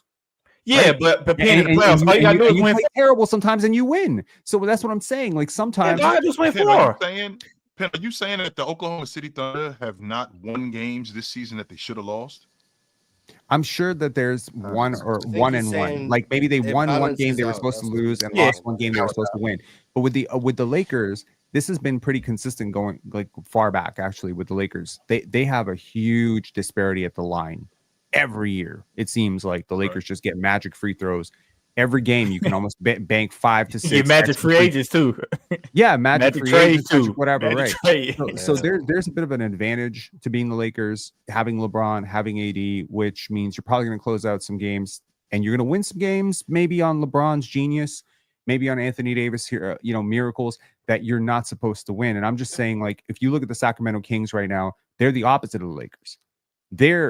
What's their record right now? The Sacramento Kings are 18-19. I think their expected wins should be like 22.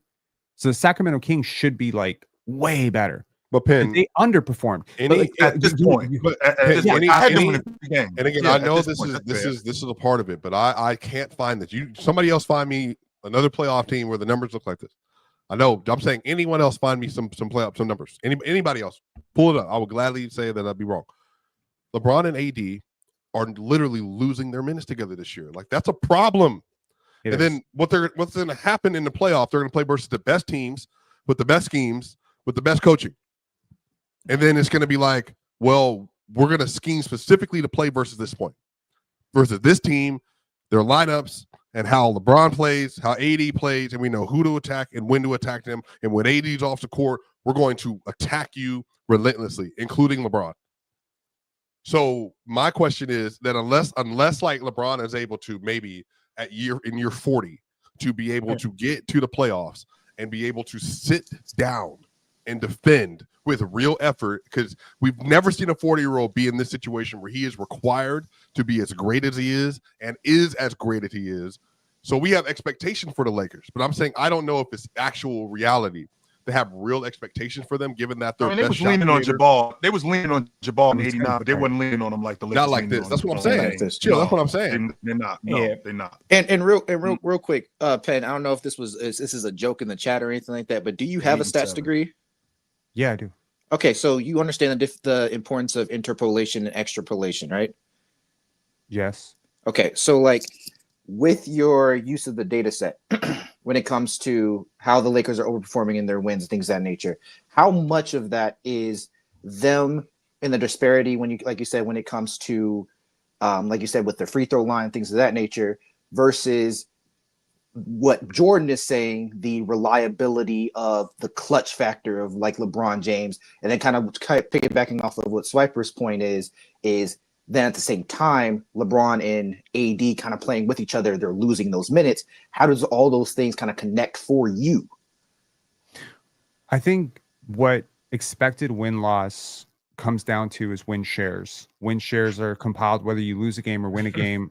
Like every single game, when you think about it, every player is accumulating some level of win shares. Okay, so it's a binomial, like win-loss. So you and I play a game. You win the game, I lose the game, but the data doesn't interpret it that way. The data might give me a quarter of a win and you 3/4 of a win based on how we played. Over the course of a season, it's supposed to even out that a 35-win team is playing roughly like a 34 to 36-win team. It just so happens that the data for the Lakers is showing them as a 16 to 17-win team per the numbers of the individual players and how they're playing. So that could be a number of things. That could be unsynergized lineups that just don't work together, and they're overplaying bad lineups, and then in the fourth quarter they're overplaying good lineups, and then they're pulling out close games. It could be refs looking the other way. It could be LeBron's greatness. I haven't watched every single Lakers game to be able to tell you exactly what it is or pinpoint exactly what it is. What I'm telling you is this is the largest disparity in the league. Hey, Penn, so with your stats degree, do you think you can be your own bookie? Do I think I could be my own bookie? Yeah. Sure. He is his own bookie. He is. Hey, Penn, I need to. Hey, I'm about to start hitting you at 3:00 in the morning. Whoa, Jordan. He didn't say your picks, dog. No. I need them picks, Penn. We're getting rich together. He talking about. Man, stop playing, man. Stop playing, man. What's wrong with you? I need to. It's because he on different time. He's in Canada. He's in Canada, bro. He's in Canada, bro. Respect the 51st state. Yeah, bro. He's gonna be 51st state pretty soon. But listen, hey, Pam, make sure you take some screenshots for him and send them to him. Hey, all I'm saying is before I go on, this is a good segue. Before I go on PrizePicks, I'm gonna hit up Penn. Hey, Penn gonna tell me more or less with the statistics. Nah, Penn's stats degree is why he doesn't bet. That's why he doesn't bet. Hey, he probably would be. He was right. He was right about Grady. Multi kind of just cooked right there because I understand, joint probability pretty well, and that's why. I can go on a rant about it. Most people don't beat the odds when it comes to betting. Some people do though, and the people that do understand the numbers really freaking well. When I said how well does Steph Curry respond to a slump game, I feel like a lot of people just don't even think about that. They're just like, how well does this player respond to this? Even when you I'll give you a free tip. There are certain teams that allow opposing guards to rebound better than other teams. And believe it or not, y'all ever think about that? When Vegas, maybe I should have. That's why Cade ain't hitting them rebounds. Well, that comes down to it too. Hold on. Let the pin master give us the tips. We need the pin master's heat. Yeah, we need the pin master to give us the tips. Pin master, proceed. So when you see a history of certain player types doing very well against certain teams, you have to bake that into the assumption because when Vegas sets the line, they are factoring all those numbers. the advantage goes to Vegas because they have 1,000 data points that they're looking at, and you're going by your feelings. So I'm not suggesting that you should necessarily go out there and try to beat Vegas, but for you to even have a shot, you gotta research hard. You can't be afraid of the numbers. You cannot ox it. You cannot. Yo, if you ever, you cannot ox it. Okay, I'm using ox as a verb, and I'm not even trying to go at ox. You cannot be like, because the math will dictate exactly why these games are the way they are. And sometimes you're gonna see a team like, and people very impulsively gamble, right? Like when you see OKC down, maybe you have a money line pick on, I don't know, Orlando, OKC, and you're like, damn, do I know Shea's clutch time numbers? Do I understand him situationally when his team is down 8? Does he perform well in those situations or poorly? There's certain players that routinely perform very well when facing a deficit and going into the fourth quarter. And then there's certain players that don't. And believe it or not, Vegas factors that into those money line odds that you're looking at. Sometimes you'll see a team that's up by 3 and they're favored to lose. How does Vegas know that? But you don't know that. So you're sitting there spamming money line on the team that's up, and you're about to lose all that money. That's what I'm saying. Hey, you got to be very well researched to do this. Hey, there we go. The pen master has spoken. Y'all better do y'all research. Do your research. The pen master has spoken. Responsibly. And gamble responsibly.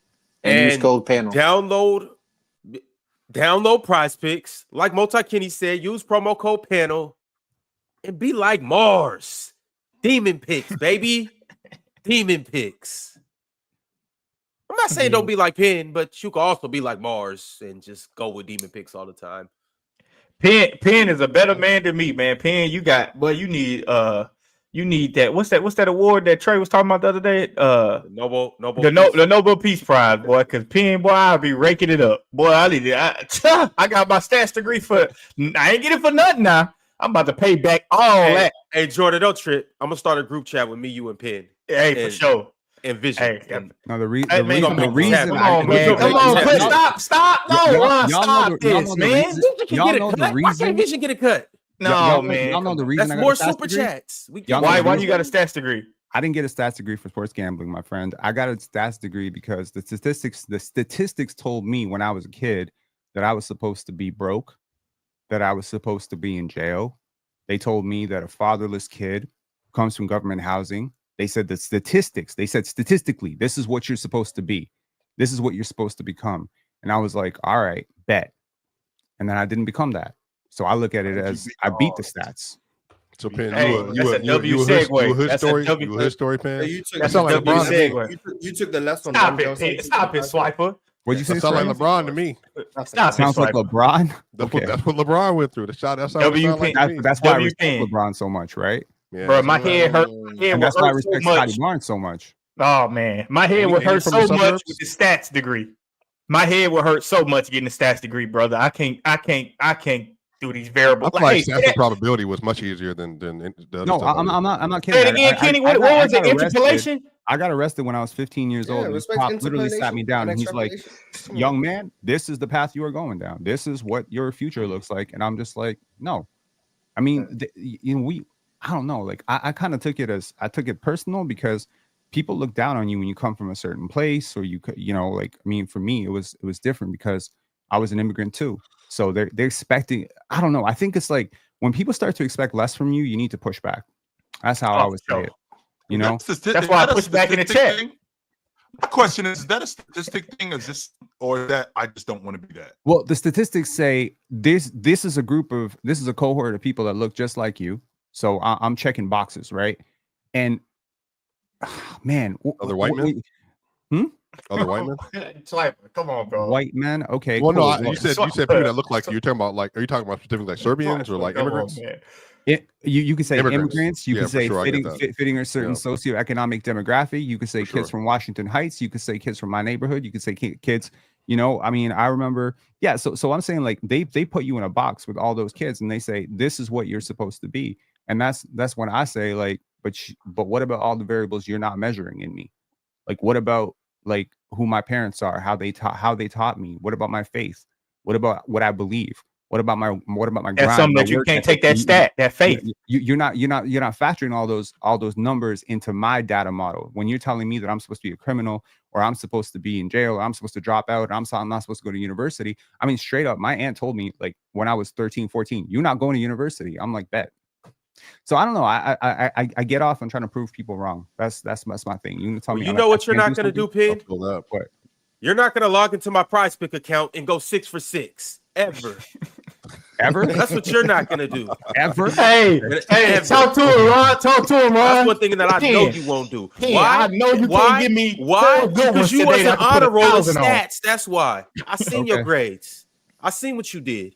That You see little my 2.8, that little 2.8 that you got, it was all right. You got the degree, you got the certificate, but you wasn't that nice. I wasn't that nice. This is Look at manipulation. you know what? Shout out to PC. Everybody up here is educated in some way, shape, or form, and doing some great things. So everybody up here is Not doing me. some I'm great washed. things in life. Not me.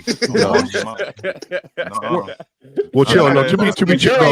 The Chill, jury you is don't out on count. Mars. Chill, you don't count though. The jury is out on Mars. When We you still were don't know coming why up, he you don't couldn't go to get into school. certain schools, so you don't count. You don't count. Yeah, I'm saying that, like, I guess there's different levels of education. That's what I was alluding to. no, I'm saying I think The jury is out on Mars. education is a very subjective thing.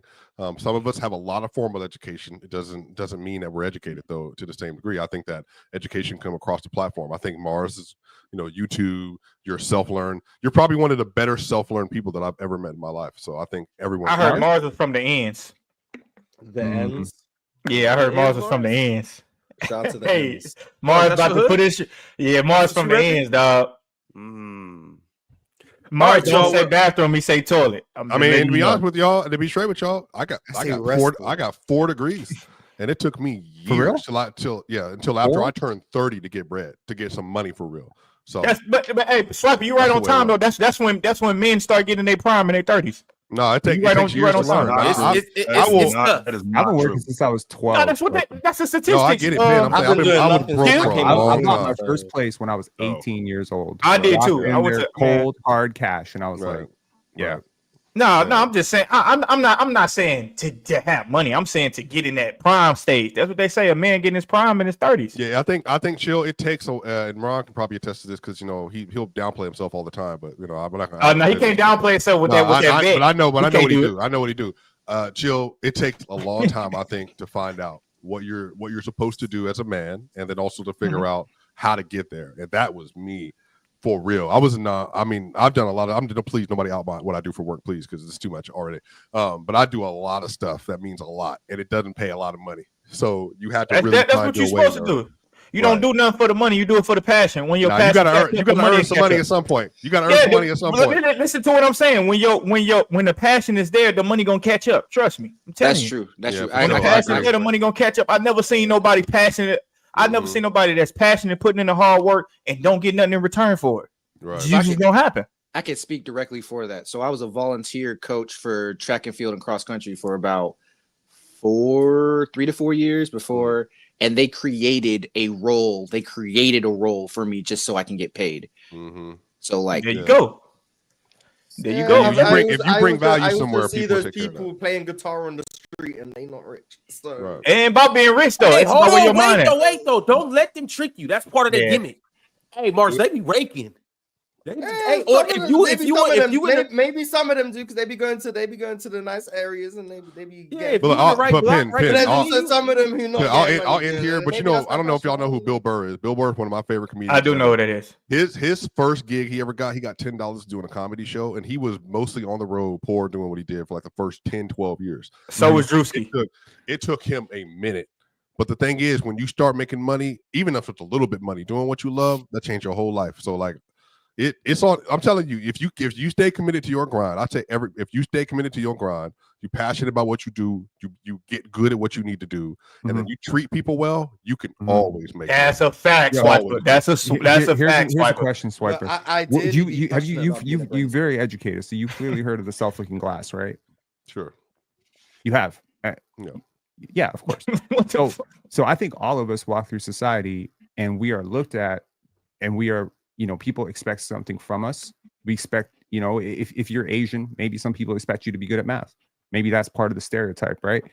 So again, I think a lot of people maybe see my face and they're just like, what struggle could you possibly have gone through, man? Like, I don't see what you're not a person of color, you're not whatever. Let me tell you something. When I was growing up, I lived in a country where my country I was told that I'm supposed to be a genocidal lunatic.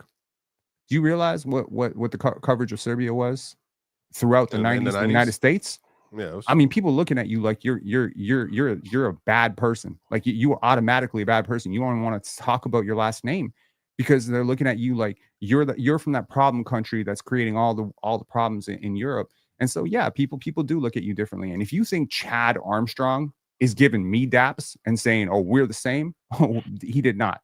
He looked down at me just the same way he probably looked down at you, just for different reasons. Hey, listen, I'm gonna tell y'all one more thing, Ron, and this is to the youngsters in their 20s, because I'm in my 20s still too. But listen, Listen. I am old, bro. I'm about to be 20. I'm about to be 29 in 13 days. But listen, let them talk to the YNs. Talk to them. Listen to what I'm saying. And this is because I heard a psychologist say this, and I don't even believe in all that stuff. But I heard a psychologist say this. People don't realize how hard it is for a 20 or 21-year-old man. Number one, you're not valuable to women, and you're not valuable to other men. So it's extremely hard. So this is what you do. That was crazy. But get you a 10-year plan. So by your 30s, you will be able to see the things that you couldn't see in your 20s because your brain's still going on. So when you're 20, 21 years old, have you a 10-year plan, be passionate about it. Even if you're 23, 24, 25, get you a 10-year plan. That's where the 10-year plan kicks in at because you're mature enough to actually stick to it. Have a 10-year plan by the time you 33. If you 23, watch how your life change because you ain't seen nothing. Y'all might think y'all got the girlfriends and all of the pretty girls. You ain't seen nothing. Your life ain't started yet till you got to your 30s, brother. And I know that. And hey, man, I'm the Drench man for a reason. And I know I got another level I can go to. I just don't want to go there because then I'll be a bad man. But listen, you ain't seen nothing yet until you put your mind where you want to go. So you ain't seen nothing yet because you still got a year and a half. So exactly. Hey, don't worry, Jordan. Mind your environment. Mind your environment. The people around you. This is the most important thing, and I didn't know this, but I hung around a lot of losers in my life. I hung around a lot of people who put me down throughout my early life, and I didn't realize how that was shaping me until I got away from all of that. That's a fact. And I started being around people who were dreaming bigger goals for themselves. Don't be around complainers. Don't be around people who are always talking about their problems. Don't be around people who vibe negative. Don't be around people who are always telling you to be realistic. Be around people who actually put in the work. Be around people who are disciplined. You know, I have a lot of people in my life now that I really respect because they are disciplined. They set their goals to something, they do it. They say they're going to do something, they do it. They follow through. And when people around you consistently following through, you will by osmosis almost follow through because we are very tribal. We are very social creatures, and we tend to move as the people around us move. So if everyone around you moving shady and moving slanted, you're going to be very slanted in your life. They're going to give you bad feedback, bad perspective. You're going to be like, damn, there's this business opportunity to be like, oh, businesses fail. You need to get the hell away from those people because small people, there ain't nothing a small person wants more than for you to fail. Yeah, because they don't believe in themselves. That's how they work. I'm telling you. Hey, last thing, because Penn told me to lock in on that Photoshop. Well, I've been locking in on that Photoshop, Penn. That's why I ain't calling into your show last night. I was working. Hey, boy, I've been locking in. Love it. It's on the way. One more thing. I would like for the actual person on here that has more experience than all you guys combined to maybe give us a life lesson. Chill, do you have anything for us? Come on, Chill. Chill sit back looking at you like I wish y'all young bastards would shut the hell up. I'm just sitting here listening, and it's real stuff. I'm not arguing that. I was 32, to your point, when I actually felt like an adult. I was 32 years old when I actually felt like an actual adult. I had a big boy job. I was in an adult relationship. My daughter was 12 years old. I actually felt like an adult at that point. I was looking back at my younger self, and I was thinking to myself, damn, you thought you had it together. You didn't know anything. You were clueless. But then I could say the same thing 10 years later when I was 42, when I was looking back at my 32-year-old self, and I was thinking, you thought you had it together, but you didn't. And I can see the same thing now, looking back at myself, moving forward. The thing that I found out as I've gotten older, It's the simple things. Is the simple things of what's going to get you by. Whether it's with a woman, whether it's with your job, whether it's with your friends. Stay consistent in what it is that you do. Because if you stay consistent in what it is you do, there is no misunderstanding and there's no misleading anybody. My grandmother told me when I was a kid, when it comes to girls, find out what she likes, do that. Find out what she doesn't like, don't do that. It's really that simple. And when you have a job, show up to work, do your job. Whether you do your job and go home and you don't have to bother with anybody else, show up to work and do your job. People care about consistency. Also in friendship, if you're keeping it a beam with your man, me and Jordan, me and Swiper, we best friends. You know why me and Swiper best friends? Because I could tell Swiper that outfit that he got on, that shit is whack. I could tell Swiper that woman that he's with, I could tell Swiper that girl he's with, not the one he's with currently, but I could tell Swiper that girl he's with, nah, she ain't it. But I could also tell him that the one he's with, I think she might be what's up. If you stay consistent in who you are in life, there's no reason why it won't be good. All right, y'all. And speaking of outfits, obviously, Chill, you missed out today, or you'll probably tell Swiper later. But I did want to point out that it's fire that everybody decided to wear all black today. That's why I had to kick off the It show. is fine. He didn't get the memo. Everybody up here is wearing all black except one person. Shout out, bro. Shout out to y'all, man. Shout out to y'all. I don't know what. Oh, we're all black every day. That's a Jay-Z bar. Who don't got on all black, Swiper? What's wrong with Swiper, bro? Bro, what's wrong with this dude? Something wrong with Swiper, bro. Dub, he an immigrant. We all on the same. We all on the same. It's boat. Black Friday. Know all that, Pin. But I'm not gonna lie. You growing up in the '90s and being that was a crazy stray, Swiper. That was a crazy stray. I did not see that coming, brother. I did not see that one coming. All right, y'all. We got super chat, so we're gonna start with my dog Masinko. Masinko said this offseason, depending on how things go, if you're OKC, would you sign Ben Simmons? I'd imagine he'd get the MLE, get around the MLE, a lot of incentives on his contract, low risk, signing for a team with cap. Yes, because Very that high guarantees risk. the championship for the next 5 years. Yep, absolutely. I would do it. No, it's very high risk. It comes with a lot of baggage and a lot of uncertainty. He'd be the best passer on the team. He'd play small ball 5. He'd be great in transition. It's a great environment in OKC. Yeah, Ben Simmons would probably be like the second best player. Watch Ben Simmons get a ring before Joel Embiid. That was unnecessary. Maybe. That was just very unnecessary. Ron, are you stopping fireworks behind the scenes right now? What you mean? Is there a certain ex-panelist who's trying to get up here that you're not letting up? Is that fact? I'm just reading the super chats, y'all. All right, that's all I'm doing. Right. Just You keeping the peace, all right? It's Hall of Fame Friday. My man Kenny's up here. Swiper got fireworks going on in his background.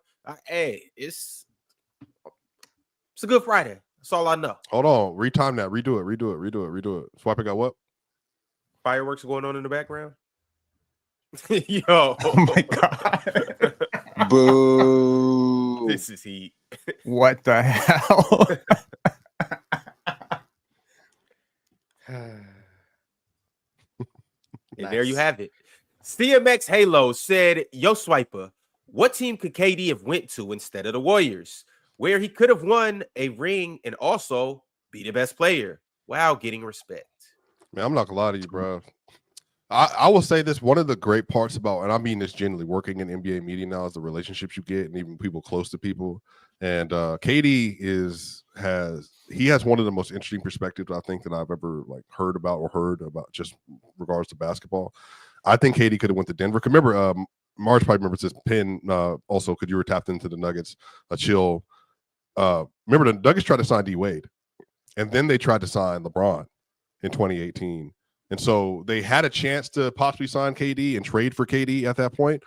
So I think KD could have came to Denver, absolutely won a ring, 1,000%, and been the best player on the roster for the first iteration of that. But I don't know if, I don't know. I just the Nuggets weren't even close to being relevant at that point in time yet. Does it work with KD going up to Toronto? Heck yeah. Hey, fun fact: favorite team growing up, Toronto Raptors. That was KD. He said his favorite team growing up was the Toronto Raptors because of Vince Carter. Makes sense why he be on the border so much. Yep. Gandhi KV2 said, "Don't count out New Orleans." They're counted out. Yes, they are. I don't even know what he's talking about. Counting out from what? I've counted them out. playoffs, I guess. No, that counted up. That counted up. Bryce Lawson became a member today. Shout out to Bryce Lawson. Drink more water. Said, with all the fuss about the West versus the East standings early on in the season, things have surely evened out over the past month. I believe you should never bring up the standings until after Christmas. No, it was funny when the East only had 2 teams above 500. That was good. That was crazy. That was great and times. nasty. Yeah.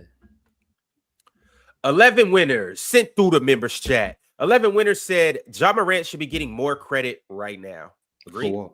Yeah, those have been some great 21 games that he's played. Yeah, he should be getting more credit for what? I don't. Hey, by the way, count the New Orleans Pelicans out. Let's count their team out. Sell that damn team in New Orleans, bro. And I love New Orleans, bro. The great state of Louisiana. Sell that damn team, bro. It's record, 8 Ron, people in we the stand. I was about to say, Ron, that trail. I watched a little bit of that Trailblazers New Orleans game. We could have snuck in that game for free. Ain't nobody would have gave a damn. Let's put the money there. Let's put the money together and just bid on New Orleans for $500. That's crazy. We could have got in that game for free. Kendrick Jenkins. Speaking of getting in games, it is a very good chance that you guys will see us on the main stage on Playback tonight. As you guys know, the Oklahoma City Thunder are traveling to New York to play the Big Knicks, and Playback wants us to pull up on the main stage. So if we do that, I need you guys, all 1,500 of y'all, to pull up as well. Everybody on Twitter, need to see y'all there. Everybody on YouTube, need to see y'all there. Everybody that follows us on social media, pull up. We gonna be there. It's gonna be a good game. Kendrick Jenkins said, yesterday's segment about Steph's regression got me thinking, what do y'all think KD's regression will look like? Will look like It's already. He's already. It's happening. He already. It will look like. He's less explosive. He gets to the rim way less than ever. Like the regression is happening. Hey, it's a regression when he cost me $400 because he made 9 shots instead of 9.5. That was the regression. I apologize. This is how we can get to the bottom of that. Kendrick, go pull up some 2014 KD footage, and then you tell me about his regression. Oh my God. There's going to be less and less attempts at the rim and just more shots from outside. That's what that's going to look like. 2014 KD was something to behold, man. Just getting to the rim, just his explosion off dribble handoffs and getting downhill. Go back and look at KD. Talking about starstruck KD 10 years ago. I mean, Thunderstruck. You talking about Thunderstruck KD? Way different. Way different. I was talking about it yesterday, not on like YouTube or anything. KD's like one of the most ridiculous athletes we've ever seen, and he doesn't get recognition for that. Like he was 6'11", 7 feet, moving and handling that little bitty ass basketball that's too small for his hands. I still think that 2009 season just doesn't get talked about enough. You said the which one? The 2009, the 31 a game at 21 years old. You talking about from Kevin Durant? Yes. Using 3. Yes. Yeah, I saw KD. I saw KD do that. I went to a Rockets game. He played against the Rockets, and that shit was amazing. KD at Texas. Remember, show everybody the knock on him was he couldn't bench 185 pounds. Yeah, who gives a shit? Did he not average like 25 and 10 at Texas? Did he give a 40 and 20 game almost? He was. Yeah, I don't even know why people think about that when basketball players, because it's like, bro, I had him over Odin. That shit don't even. Yeah. I did too. Record. Like, I mean, well, I'm in Texas, so that's the difference. But in Texas, I made a video called "The Number 23," and it was about why Kevin Durant, Odin over Durant would be a big mistake. And basically, it was funny because I said in that video that basically Kevin Durant was going to be the next Michael Jordan. It's 23 years since he was drafted, 1984 to 2007. It was exactly 23 years. I'm like, shit, 23 years. The curse of 23. It's happening all over again. And a lot of people said I was crazy that Odin was going to be clearly the better player, but damn, you could argue You could argue KD's the best scorer since MJ. So in some ways, and Penn, think about what you just said. You said it's been 23 years since 84 to 2007. Mm-hmm. It's been almost that long for LeBron's career, and he walked in averaging 20, and he's still averaging 20.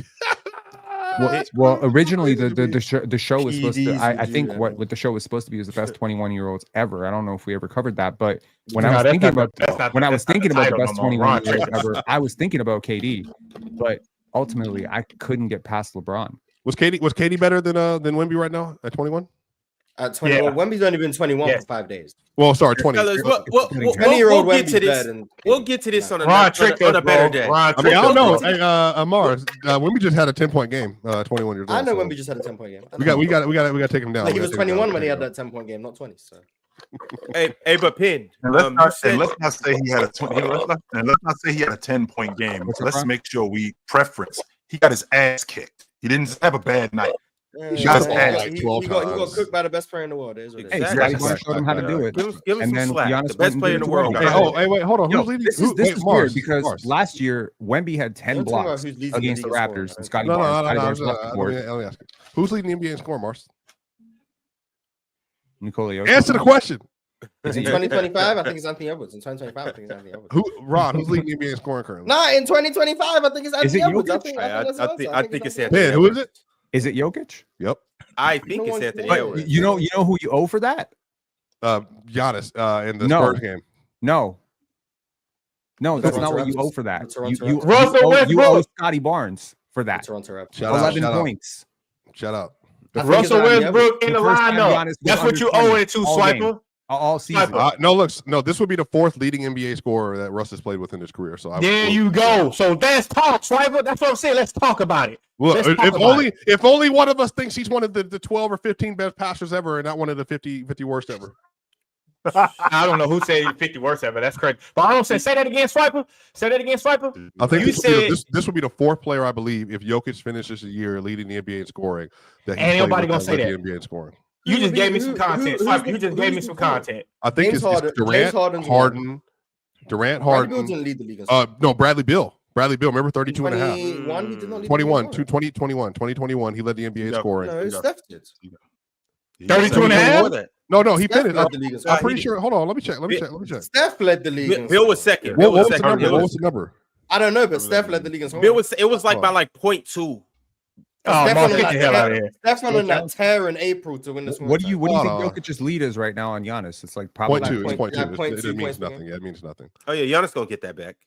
Of Yo, course, so he's who getting the- it back so tonight. who He's gonna have who 50 the- Jokic against gonna start who the missing lead clutch free scorer? throws. Who are the lead scorers that Russ played with? James Harden, So KD, without and Bradley Beal, because Bradley trailed So we're him gonna leave by out. So we're gonna Man, leave just out. go top. three. This should be three. This should Wait, be wait, three. wait. Whoa. Are we gonna leave out the leading scorer in LeBron James? He played with him too. Don't leave that out. He didn't lead the league. But he didn't lead the league in scoring that year. He didn't lead the league in scoring. I'm 100% confident. Oh, so the year he played, Durant, Harden, and Yeah, Jokic. the That's year he the played with impressive him, part. yeah. Not just playing with someone who led the league in scoring. No, the Durant, year they Harden, and played with- Jokic would be it. So man, what It's a meant to be about what a. how Russ makes his guys better. That's what. No, I agree. That's what it is. Russ is a Yeah, great it is. passer. He's He's an not amazing passing. guy. LeBron's I just 2007 want to make sure that scoring I just want to time make sure that Ben, before do we you, got do you know that Russ and Jokic are one of the I think they're top four in passing together duos or top five or something like that this year already? Nice. You Jokic know, is a top 50. No. passer. Russ he got him, he was averaging 36 in 34 a game. But okay, I got it. Yeah, So but wait, it Mars, helps can the I agenda, take it two of those helps. points from Harden that year and then add it to Bradley Bill's in 2021? And then Yeah, go ahead, do that. Go All ahead, right, do bet. that. There you go. Well, helps All the right. Round down. Y'all, I got to get back to these super chats though. Yep. Liam Rushmore said, "Y'all might want to get off of men early." Ox. He was just trying to get a man. He was just trying to get a man off the Rockets. Trying to get That's him what to that was. Miami. That's what he was trying to do. That's what he was trying to do. Mm. Mhm. Duke Diddy. Shout out my dog Duke. He's a Seattle guy. Duke said it's become cool to hate on Jalen Green. He's the only Rocket that's worth watching in the All-Star game and is the leading scorer. I agree with both of those statements. I don't agree with it, but whatever. You already I feel think what it's- you do about Yeah, Jalen I've Green. been feeling when that you way talk about since his Jalen first Green, year. Yeah, there's no reason for us to talk to Rookie you about Jalen Green would have been Jordan. amazing in an All-Star game. Yeah, Yeah, All-Star game is for entertainment purposes. Jalen Green's a very entertaining player. that ain't entertaining. That shit ain't No entertaining. defense See? being See played, what I'm just talking running in about? transition. Like he's gonna be Like catching it's lobs pointless out to of the talk rim. about That's Jalen amazing. Green with Jordan. It's pointless. He don't play basketball with I Jordan. agree. He I should play agree. basketball. It's pointless. Yeah, I agree.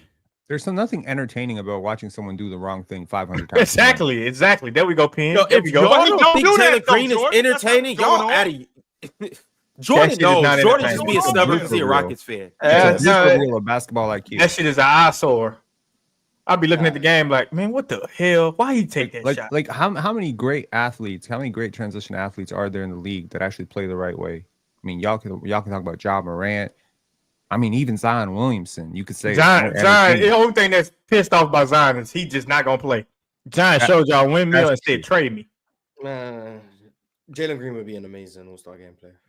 Context clues sent through a members chat. He said that Mavs versus Blazers game was a good game. For the Mavs to go on that crazy run, to come back and win that game was good to see. The Blazers.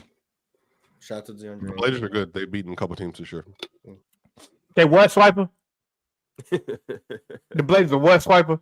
He said they're good. They beat a couple teams, including the Bucks and the Nuggets.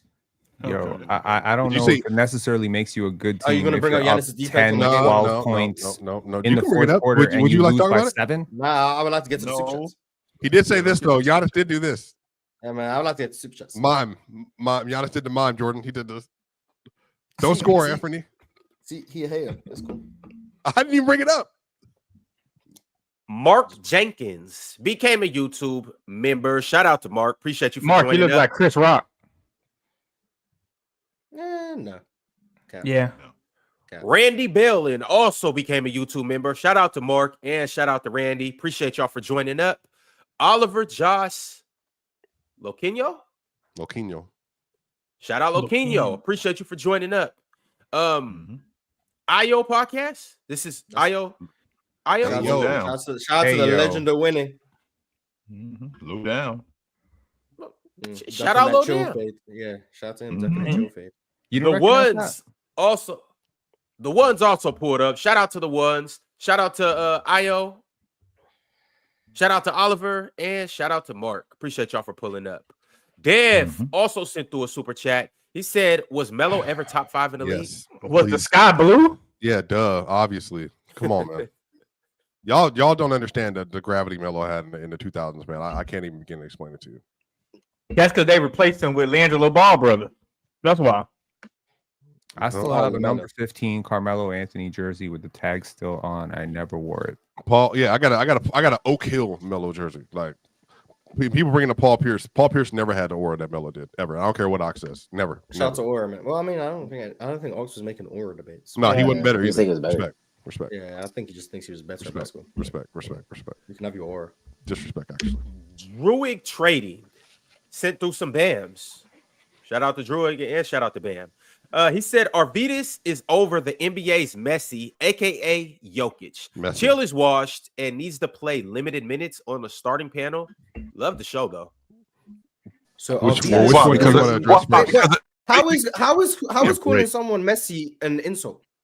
Oh, he's because people think Ronaldo is better, and literally the greatest player to ever grace a football pitch. But all of a sudden, that's the insult. Right? I guess. Okay. Mars, we don't call it football; we call it soccer. Who's weak? Hell out of here, man. Who's weak? Get out the ends, Mars. Get out the ends. Chill. How do you feel about the Americans get it wrong? I'm the coach coming to you saying, "Hey, Chill, we think that you would be better served at this point as a designated hitter. How would you feel about? If I'm a rotation, if y'all think I'm a rotation player, I'll tell you what. I'll do you one better. I'll step off because if I'm not, so you want that? You got the ego? If you don't start and you refuse to come off the bench. No. Chill wonder you like Jason Tatum so much, man. Hey, Jordan, that's what he did about Tatum in the summer. He said Tatum needs more than Tatum. That's exactly what that is. I love it. Stand on it. I will 100% come off. I will 100% come off the bench. 100% I will. I can tell you what I'm not doing though. I ain't playing behind nobody less than me. I can tell you that. No, I will be a rotation player, but I ain't coming off the bench for somebody that I'm better than. So, how do you determine that? How do you determine that? How do you determine that I'm washed? How about that? Let's start the chat. It's just one person. The chat. He thinks that I'm washed because of my 90s takes. Meanwhile, not anything else that I say when we talk about the game today, when we talk about what's going on today, none of that stuff. So the fact that I might not be as good in his estimation, I might not be as good a rebounder, or I might not be as good a defender. I'm washed. That's his obvious. That's his. I know Chill was OKC Carmelo. I didn't know that. I didn't expect that from Chill. I didn't expect that. I didn't expect to be like, I'm not okay. I'm not okay. No, Mars. You just got a low down. He said Chill is Atlanta Hawks Melo. Is what he said. That's crazy, man. Chill. I ain't know Chill I'll had tell that you ego. what. I didn't know. My fault. I don't have that ego. I'm just not playing behind nobody. I will come off the bench. I got no problem with that. I'm just not playing behind nobody. I think everybody up here, I'm assuming, would take Chill over Low, right? I think most of us would. I don't know. To all of his nut huggers in the chat right now. I got Low in the eating contest every time. What's Low's comp? I know Chill 94 Hakeem, if you ask me. Robert Williams. That's Chill. What? Lowe's Robert Williams? No, yeah. No, my bad. Trailer. Robert Trailer. Tractor Trailer? Yeah, for sure. Yo, see, y'all just being out of pocket. All right, we gonna move on, yo. I went with the wrong Rob. My bad. Man. Cueto, what'd you say his name was, Pin? What do you call him? Cuato. I call him Cuato. I don't know if I'm right. Cueto. Mars, you got your own city? So I'd assume. Well, shout out to Cuato. He said Lakers have Redick at the helm. Y'all think him as a coach is gonna help them? I just realized Mars' real name is Mario. You just realized that? It's been like well documented. Oh, I never made a connection. I never even thought about it. Oh, shout out Mario. Well documented. Yeah, that's been. I thought it was Marshall. That's what no, it's Mario. Marshall. It's really the Mario. Well, I feel like Marshall's is a more American Mario would be name. crazy from somebody from the end. Mario. Today's the first day. Mom. People never knew. Oh, okay. Hey, by the way, shout out JJ Redick and the rest of the players. Mario? There have been multiple. No, but I mean, the Mario. But go ahead. Go ahead, Mario. Well, JJ Redick, more serious note, he actually lost his home in the fire, and so shout out to him and everybody else that's obviously dealing with that. That's obviously been a very tragic situation. And JJ Redick, and obviously they're millionaires, so they will recover. There are many people, many people that are very much less fortunate that have been dishomed. Airbnb has been helping people. Red Cross, several other organizations that have been assisting and helping with that. But there are thousands of people that have been displaced, and more potentially that will be displaced because of this. And so obviously the millionaires, they will get the most benefits and insurance breaks and money back up and all that stuff. But there's a lot of people that do not have those things that have lost a lot, including shout out. I want to give a shout out to Dime Dropper. Dime Dropper lost his family home, and he lost all of his jerseys, all of his video, all his equipment. Dime Dropper is the premier voice for the Los Angeles Clippers. He lost everything in that fire. And so if you can show some support to Dime Dropper and some love and some money even his way, you can DM him. He's open for all that kind of stuff as well. So there are people that are connected to us that have lost in that. Yeah, that's crazy, y'all. I'm telling you, like I've been in California while the fire is going on. Yeah, fires ain't a fucking joke at all. Hey, it's a Klay Thompson tore his Achilles when they had a fire going on at my guy Jordan Lawley's gym. That was so random. I'm just saying, I was there. I was so random. Just saying, but them fires is crazy. All right, y'all. No. I shouldn't have said that. That make it seem like he was running away from it. Nah, Jordan, focus, Jordan. Focus, brother. Focus. As you saying, Ron. I shouldn't have said that. That was crazy. That was crazy. Druid Trading. My bad, Chill.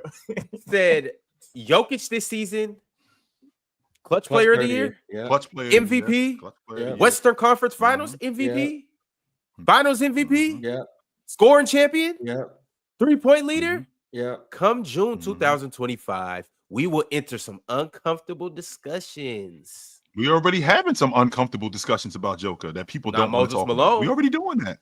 Not Moses. I don't know why any of these discussions are deemed as uncomfortable. It's just we talking. Because Joker ain't been around long enough for a lot of these people. That's why. So genuine question, and it doesn't have to be a long segment. If someone came into the NBA as a rookie, as good as peak Michael Jordan, I would have to wait multiple years to say this guy's as good as Michael Jordan. No. Mm-hmm. Some people say yes, but no. I think a couple years just to make sure it's not a fluke season. Like at least two. If someone gives me a whole season of peak Michael Jordan, like who cares if it's a fluke? That's it, boss. No, damn. So Ron, I want to make sure that adjustments matter. Yeah, I want to make sure that this happens in football all the time. And Ron, I want to make sure that I'm clear. So we got a guy that comes out the box and sells 50 million albums. We're gonna put him in the same category with Michael Jackson. He nice like that. His first album, 55 million albums. Michael Jackson. What was Ron Wave was on his way. What was Michael Jackson's last album though? If in 2024, if in 2024, Kenny, don't do that. And let's say obviously Michael Jackson's not here, but let's say he was here and he dropped the album and he sold 25 million, but this other dude sold 50. He outproduced you. Can you keep doing I it? just think though? if you see, I just think No, if you see, I just think if you see peak Michael Jordan, you should be able to say that's peak Michael Jordan without having to wait 5 years to say it's peak Michael Jordan. Hey, T, I think the better analogy would be like Tom Brady and Patrick Mahomes. Like you got to wait a little bit in Patrick Mahomes' career to finally stamp that he better than Tom Brady. But it's on the way. He impressive. That's talking about totality, though. We're talking about in a season. If somebody comes out and gives you 37, he said peak Michael Jordan. I don't know what year y'all want to run to. I'm not even saying just stats. I'm just saying you watch them. It's like this is peak Michael Jordan. Like this is better than peak Michael Jordan. I have to wait years to say this player is. Because longevity is everything. Longevity. 2 seasons. I'm saying this guy is playing better. Like I'm saying, we got someone coming to the league. He's not saying all the time. He's just saying right now. Let's make it as simple as possible because now people can't fathom the eye test part of it. Okay, I know what you're talking about. I get it, Mars. Someone comes into the league putting up prime Wilt Chamberlain numbers, 50 and 25. I have to wait 4 years to say something about this? No. 50 and 25 is crazy. 50 and 25 is you can down say right that there. a dude that walked in the league, that's prime such and such. Is this going to continue? That's another conversation. That's something Okay, completely so then why are we different. trying to change it? I'm not having a simple conversation of this guy is doing this. Right. This guy is as good as that. That's what I'm saying. Yeah, 50 and 25 Mars is crazy as hell. It's 50 and what 25. Penn said. It's adjustments. That's what I said. Let's say 33, 10, 33, 10, and 5. Of course, it's not going to happen. My point is, like, you should be able to recognize you're seeing something as you're seeing it. You don't have to wait for the thing to be 3 years removed to be like, oh, yeah, I saw this.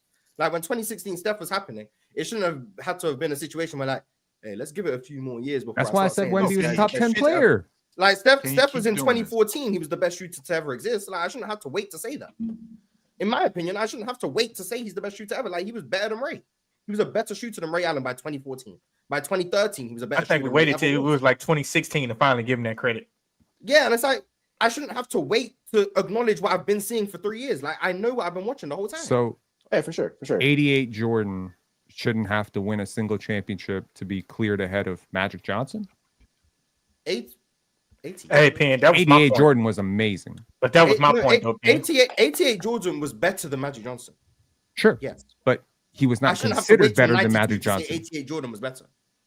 Yeah, but until he won, he wasn't considered That's better how than they Magic go. Johnson.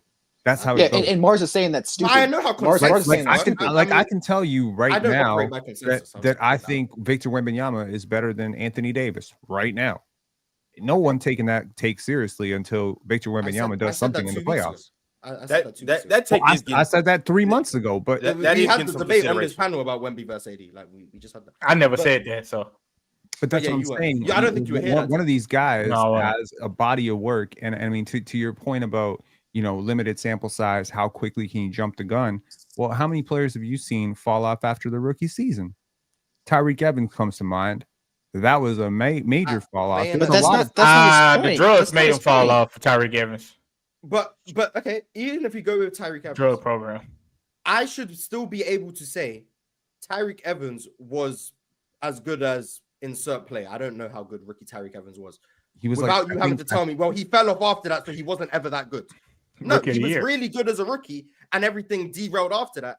Just because everything derailed doesn't change how good he was as a rookie. I should be able to say both things are true. Tyreek Evans didn't have a great career. Tyreek Evans as a rookie was a really good player. I should be able to say both of them, but for some reason, we can't recognize how good someone ever was at any point if it isn't followed up with longevity. You can be really good for a short period of time, and that's fine. I can say how good you were at that time, and even if you didn't put up 7 years after that, it doesn't change how good you were at that time. And the reason why, oh, I'm sorry, Ron, because I know we got to move on. Because this is a good conversation to have. Yeah, it's a good conversation. We'll get back to this. 2 minutes to go. We'll get back to it. We got a whole week next week. At the Buzzer Sports, said Mars, Jalen Green is pulling me back in. 27 points per game in his last 5. Shout out to John D. That's John D. For anyone who doesn't know. Yep. Make sure y'all follow him. Go to at the Buzzer Sports. But yeah, Jalen's been looking good since the start of 2025. He was big for us against Dallas. He was big. We lost against Boston, but he played well. Against Memphis last night, he was good. What's the other game I'm missing? It was the Wizards, but he had a really electric third quarter, which was really cool. And he's playing with a knee contusion right now. So he's playing through some slight injuries and ailments, which is cool. He's been available for, I think he's played 140 straight games. which is nice. So yeah, he's playing well. Hopefully it's sustainable, but we'll see. Hoops never stop. Said Mobley is the best all-around defender right now. I think he's the least flawed defender in the league. Yep. Almighty Scambo said JG All-Star talks before Garland. Yep. Mm-hmm. And clear what Mars just said. And be clear to what Mars just said. The least flawed defender. That doesn't mean that he's perfect, but all the defenders in the league, he has the least amount of flaws of all of them. That's what that means. And if you want to go chronologicality, I don't know if that's a word, but I'm gonna make it up. Of the show, we actually spoke about Garland and the Cavs for All-Star case before the Rockets. So technically, we had the Garland All-Star talks before the Jalen Green All-Star. Yeah. Talks. People don't pay attention. You were wrong. I said People don't pay that, attention. a couple of weeks ago when I said that I thought the Cavs was getting 3 All-Stars. Exactly. We did. Yeah, exactly. You just got well actually, buddy. FIFA Boy said, salute the chat, salute the panel, El Scambo. Damn. It's twice, Scambo. You got cooked back to back, buddy. Quabe said, swipe a dress like Sly Cooper for real? It's a game from a PlayStation. It's a look up Sly Cooper. You'll see it. And you'll be like, ha. Let's see if I go, ha. Let's see. Smooth Tube said, I might swerve in that corner. Whoa. Please. Sorry. Isaiah JP said the Clippers can beat Denver in the playoffs. No, they can't. I ain't buying that. Nope.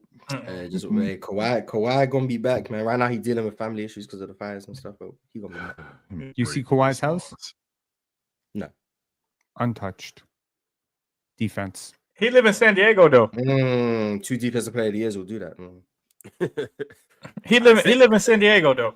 He was talking about. I think I was talking about. I think they showed his Palisades home. Unless I just got rickrolled by the. You probably got by because he live in San Diego and he has an apartment close to the crypto arena. So unless he changed, that's how I know from what he does. But unless he changed, I mean, it could be different. But I know he definitely live in San Diego. Unlimited Z said Chill has a bias towards the 90s besides Braun. No, he and doesn't. Don't. Well, I don't think Chill has a bias towards the 90s. I do think Chill tries to not be a victim of recency bias. Yes. To a level in which I think he ends up saying things that I think are wrong. But I think when Jokic retires, and I don't know this, but I think when Jokic retires, when Giannis retires, I think Chill will say they were better than Barkley or 32 or anyone else from that era. I think he will say that. I just think Chill struggles a bit with recency bias versus like seeing a whole player's career. It's like, and what you guys to it. I think that's what it is. And really quickly, Ron, and what we're seeing in real time. That's all, because we're seeing all of this stuff right now, as opposed to what would the logic be on Barkley, on Malone, on Magic, on Bird, and if we were seeing these dudes all the time, like we're seeing these dudes all the time now. Look, I think to sort of co-sign some of Chill's takes today in preparation for this show, I went back and I watched a lot of Michael Jordan at 21 because I had a real debate. Michael Jordan at 21, LeBron 21, Victor Wembanyama 21. MJ, right? Yes, that was rookie MJ. And I just could not stop thinking about how terrible the spacing was. Every drive, there's like 3 defenders in his way, and I'm like, how he's still scoring that to score? And what you realize is all those variables create. They necessitate a player who sees the game and thinks the game better. Michael Jordan basketball IQ was incredible, and his ability to sort of his fundamentals was crazy too. And Jordan literally posted a reel when I was watching this video. I flagged on Instagram and I'm looking at Drenchman Sports, and he's talking about pace, and that was when I started thinking about it. I'm like, man, Michael Jordan played with such great pace. Like he would slow down, swerve, and then attack. You know what I mean? He had to think that out because there wasn't the spacing available to him that's available for Jaylen Brown, which is a clean drive. You got 1 defender to worry about, max 2. Last night, what we watched with Darius Garland against, Cleveland against Toronto. Oh my God, it was murder. He gets past Grady Dick. Who's there? Nobody. Right? Because the spacing is so fantastic. You can't cheat off of Max Strus. You can't cheat off of Sam Merrill. You can't cheat off of Tubby George Niang. So I'm like, what are you supposed to do when Darius Garland is going downhill? You can't do jack shit. But in the 90s, Darius Garland getting put on his ass, and he's not. Yeah, he's coming out the first quarter. He's getting put in a body bag. That's what I'm saying. I'm not saying Darius Garland couldn't hang in the 90s. I'm just saying he'd have to get a hell of a lot stronger and a lot smarter, and he wouldn't be as effective. So when you create maximum driving lanes, I fully understand where someone like Chilltown is like, hey, this used to be harder. Y'all made it easy. Y'all made it easy for these guys. And speaking specifically to Jokic, I mean, y'all know I love Nikola Jokic, but man, ain't it a little bit easier to go up against the centers of today than it was to go up against the centers of the 90s and the 80s?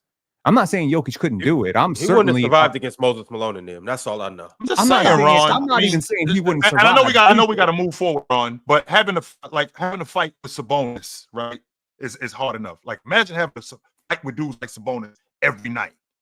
Fighting with dudes like I think Giannis, Jokic, I gotta fight that dude every night. Fuck. I think Giannis, Jokic, and LeBron are perfectly fine no matter what era you throw them in. 70s, 80s, 90s, 2000s, 2010s. They're perfectly good. I think KD was smart enough that he find a way. Peace. All right, chill. Later, fellas. Merry Christmas. Merry Christmas. But there are some of these dudes where I'm like, I don't know if they'd be that. I don't know if they'd be that great. I don't know if they'd be that great. Chill left because he didn't want to cook y'all on how Jokic should be trash in the 80s, but we don't got enough time to get into that. So I'm gonna just shout out my man Nick Dims because he became a YouTube member. I'm gonna shout out Just Say Eli because he just became a YouTube member, and then Just Say Eli sent through an empty super chat, and then Just Say Eli sent through a super chat saying CP3 developed Shea, D-Book, and will develop Cass. Shout out CP3. Nick Dims said Bucks repeat in 22 if Middleton never went down. They were my favorites, yeah. All right, and last but not least, my dog Superman Real came through with his daily super chat. He said, man, y'all stop hating on Chill. The panel has an all-star crew. Ron is Ernie. Chill is Kenny. Ticket is Chuck. Mars is Shaq. Swiper is J.A. Adonde. I'm Shaq. Come on, Mario. Shout out to Diesel, man. Shout out to Diesel. All right, y'all. Well, we're going to go ahead and get up out of here. I hope y'all have a good weekend. You may catch us tonight on playback on the main stage for the Knicks in the Thunder game. If we there, make sure you pull up. Chill with Chill tomorrow morning. Mars got something going on Sunday. Make sure you follow his channel so you can tap into that. Pim, what you got going on this weekend? I don't know. I'm working on Penn Dance, working on the film festival. Okay. Nice. You got to tap in the Penn show. Facts. You got to go tap in the Penn Star basketball. My man Penn on it every day. Every day. Grind. It needs to be studied how fast he come up with these. I'm just learning Photoshop. How fast you come up with these cover photos, man? What kind of team you got? It took me 1 hour to come up with one. You're just a guru, man. It's muscle memory. You just gotta, everything with practice and repetition, right? I'm pretty sure if I'm training players, it would take me a really, really long time. But you do it like that. Oh yeah. I got a system we going through. All right, though, y'all. We got to get up out of here. Salute to everyone on Twitter /X one more time. Multi Kenny, appreciate you for tapping in. Salute to the rest of our Hall of Famers. We'll catch y'all soon. Peace. Merry Christmas. See you.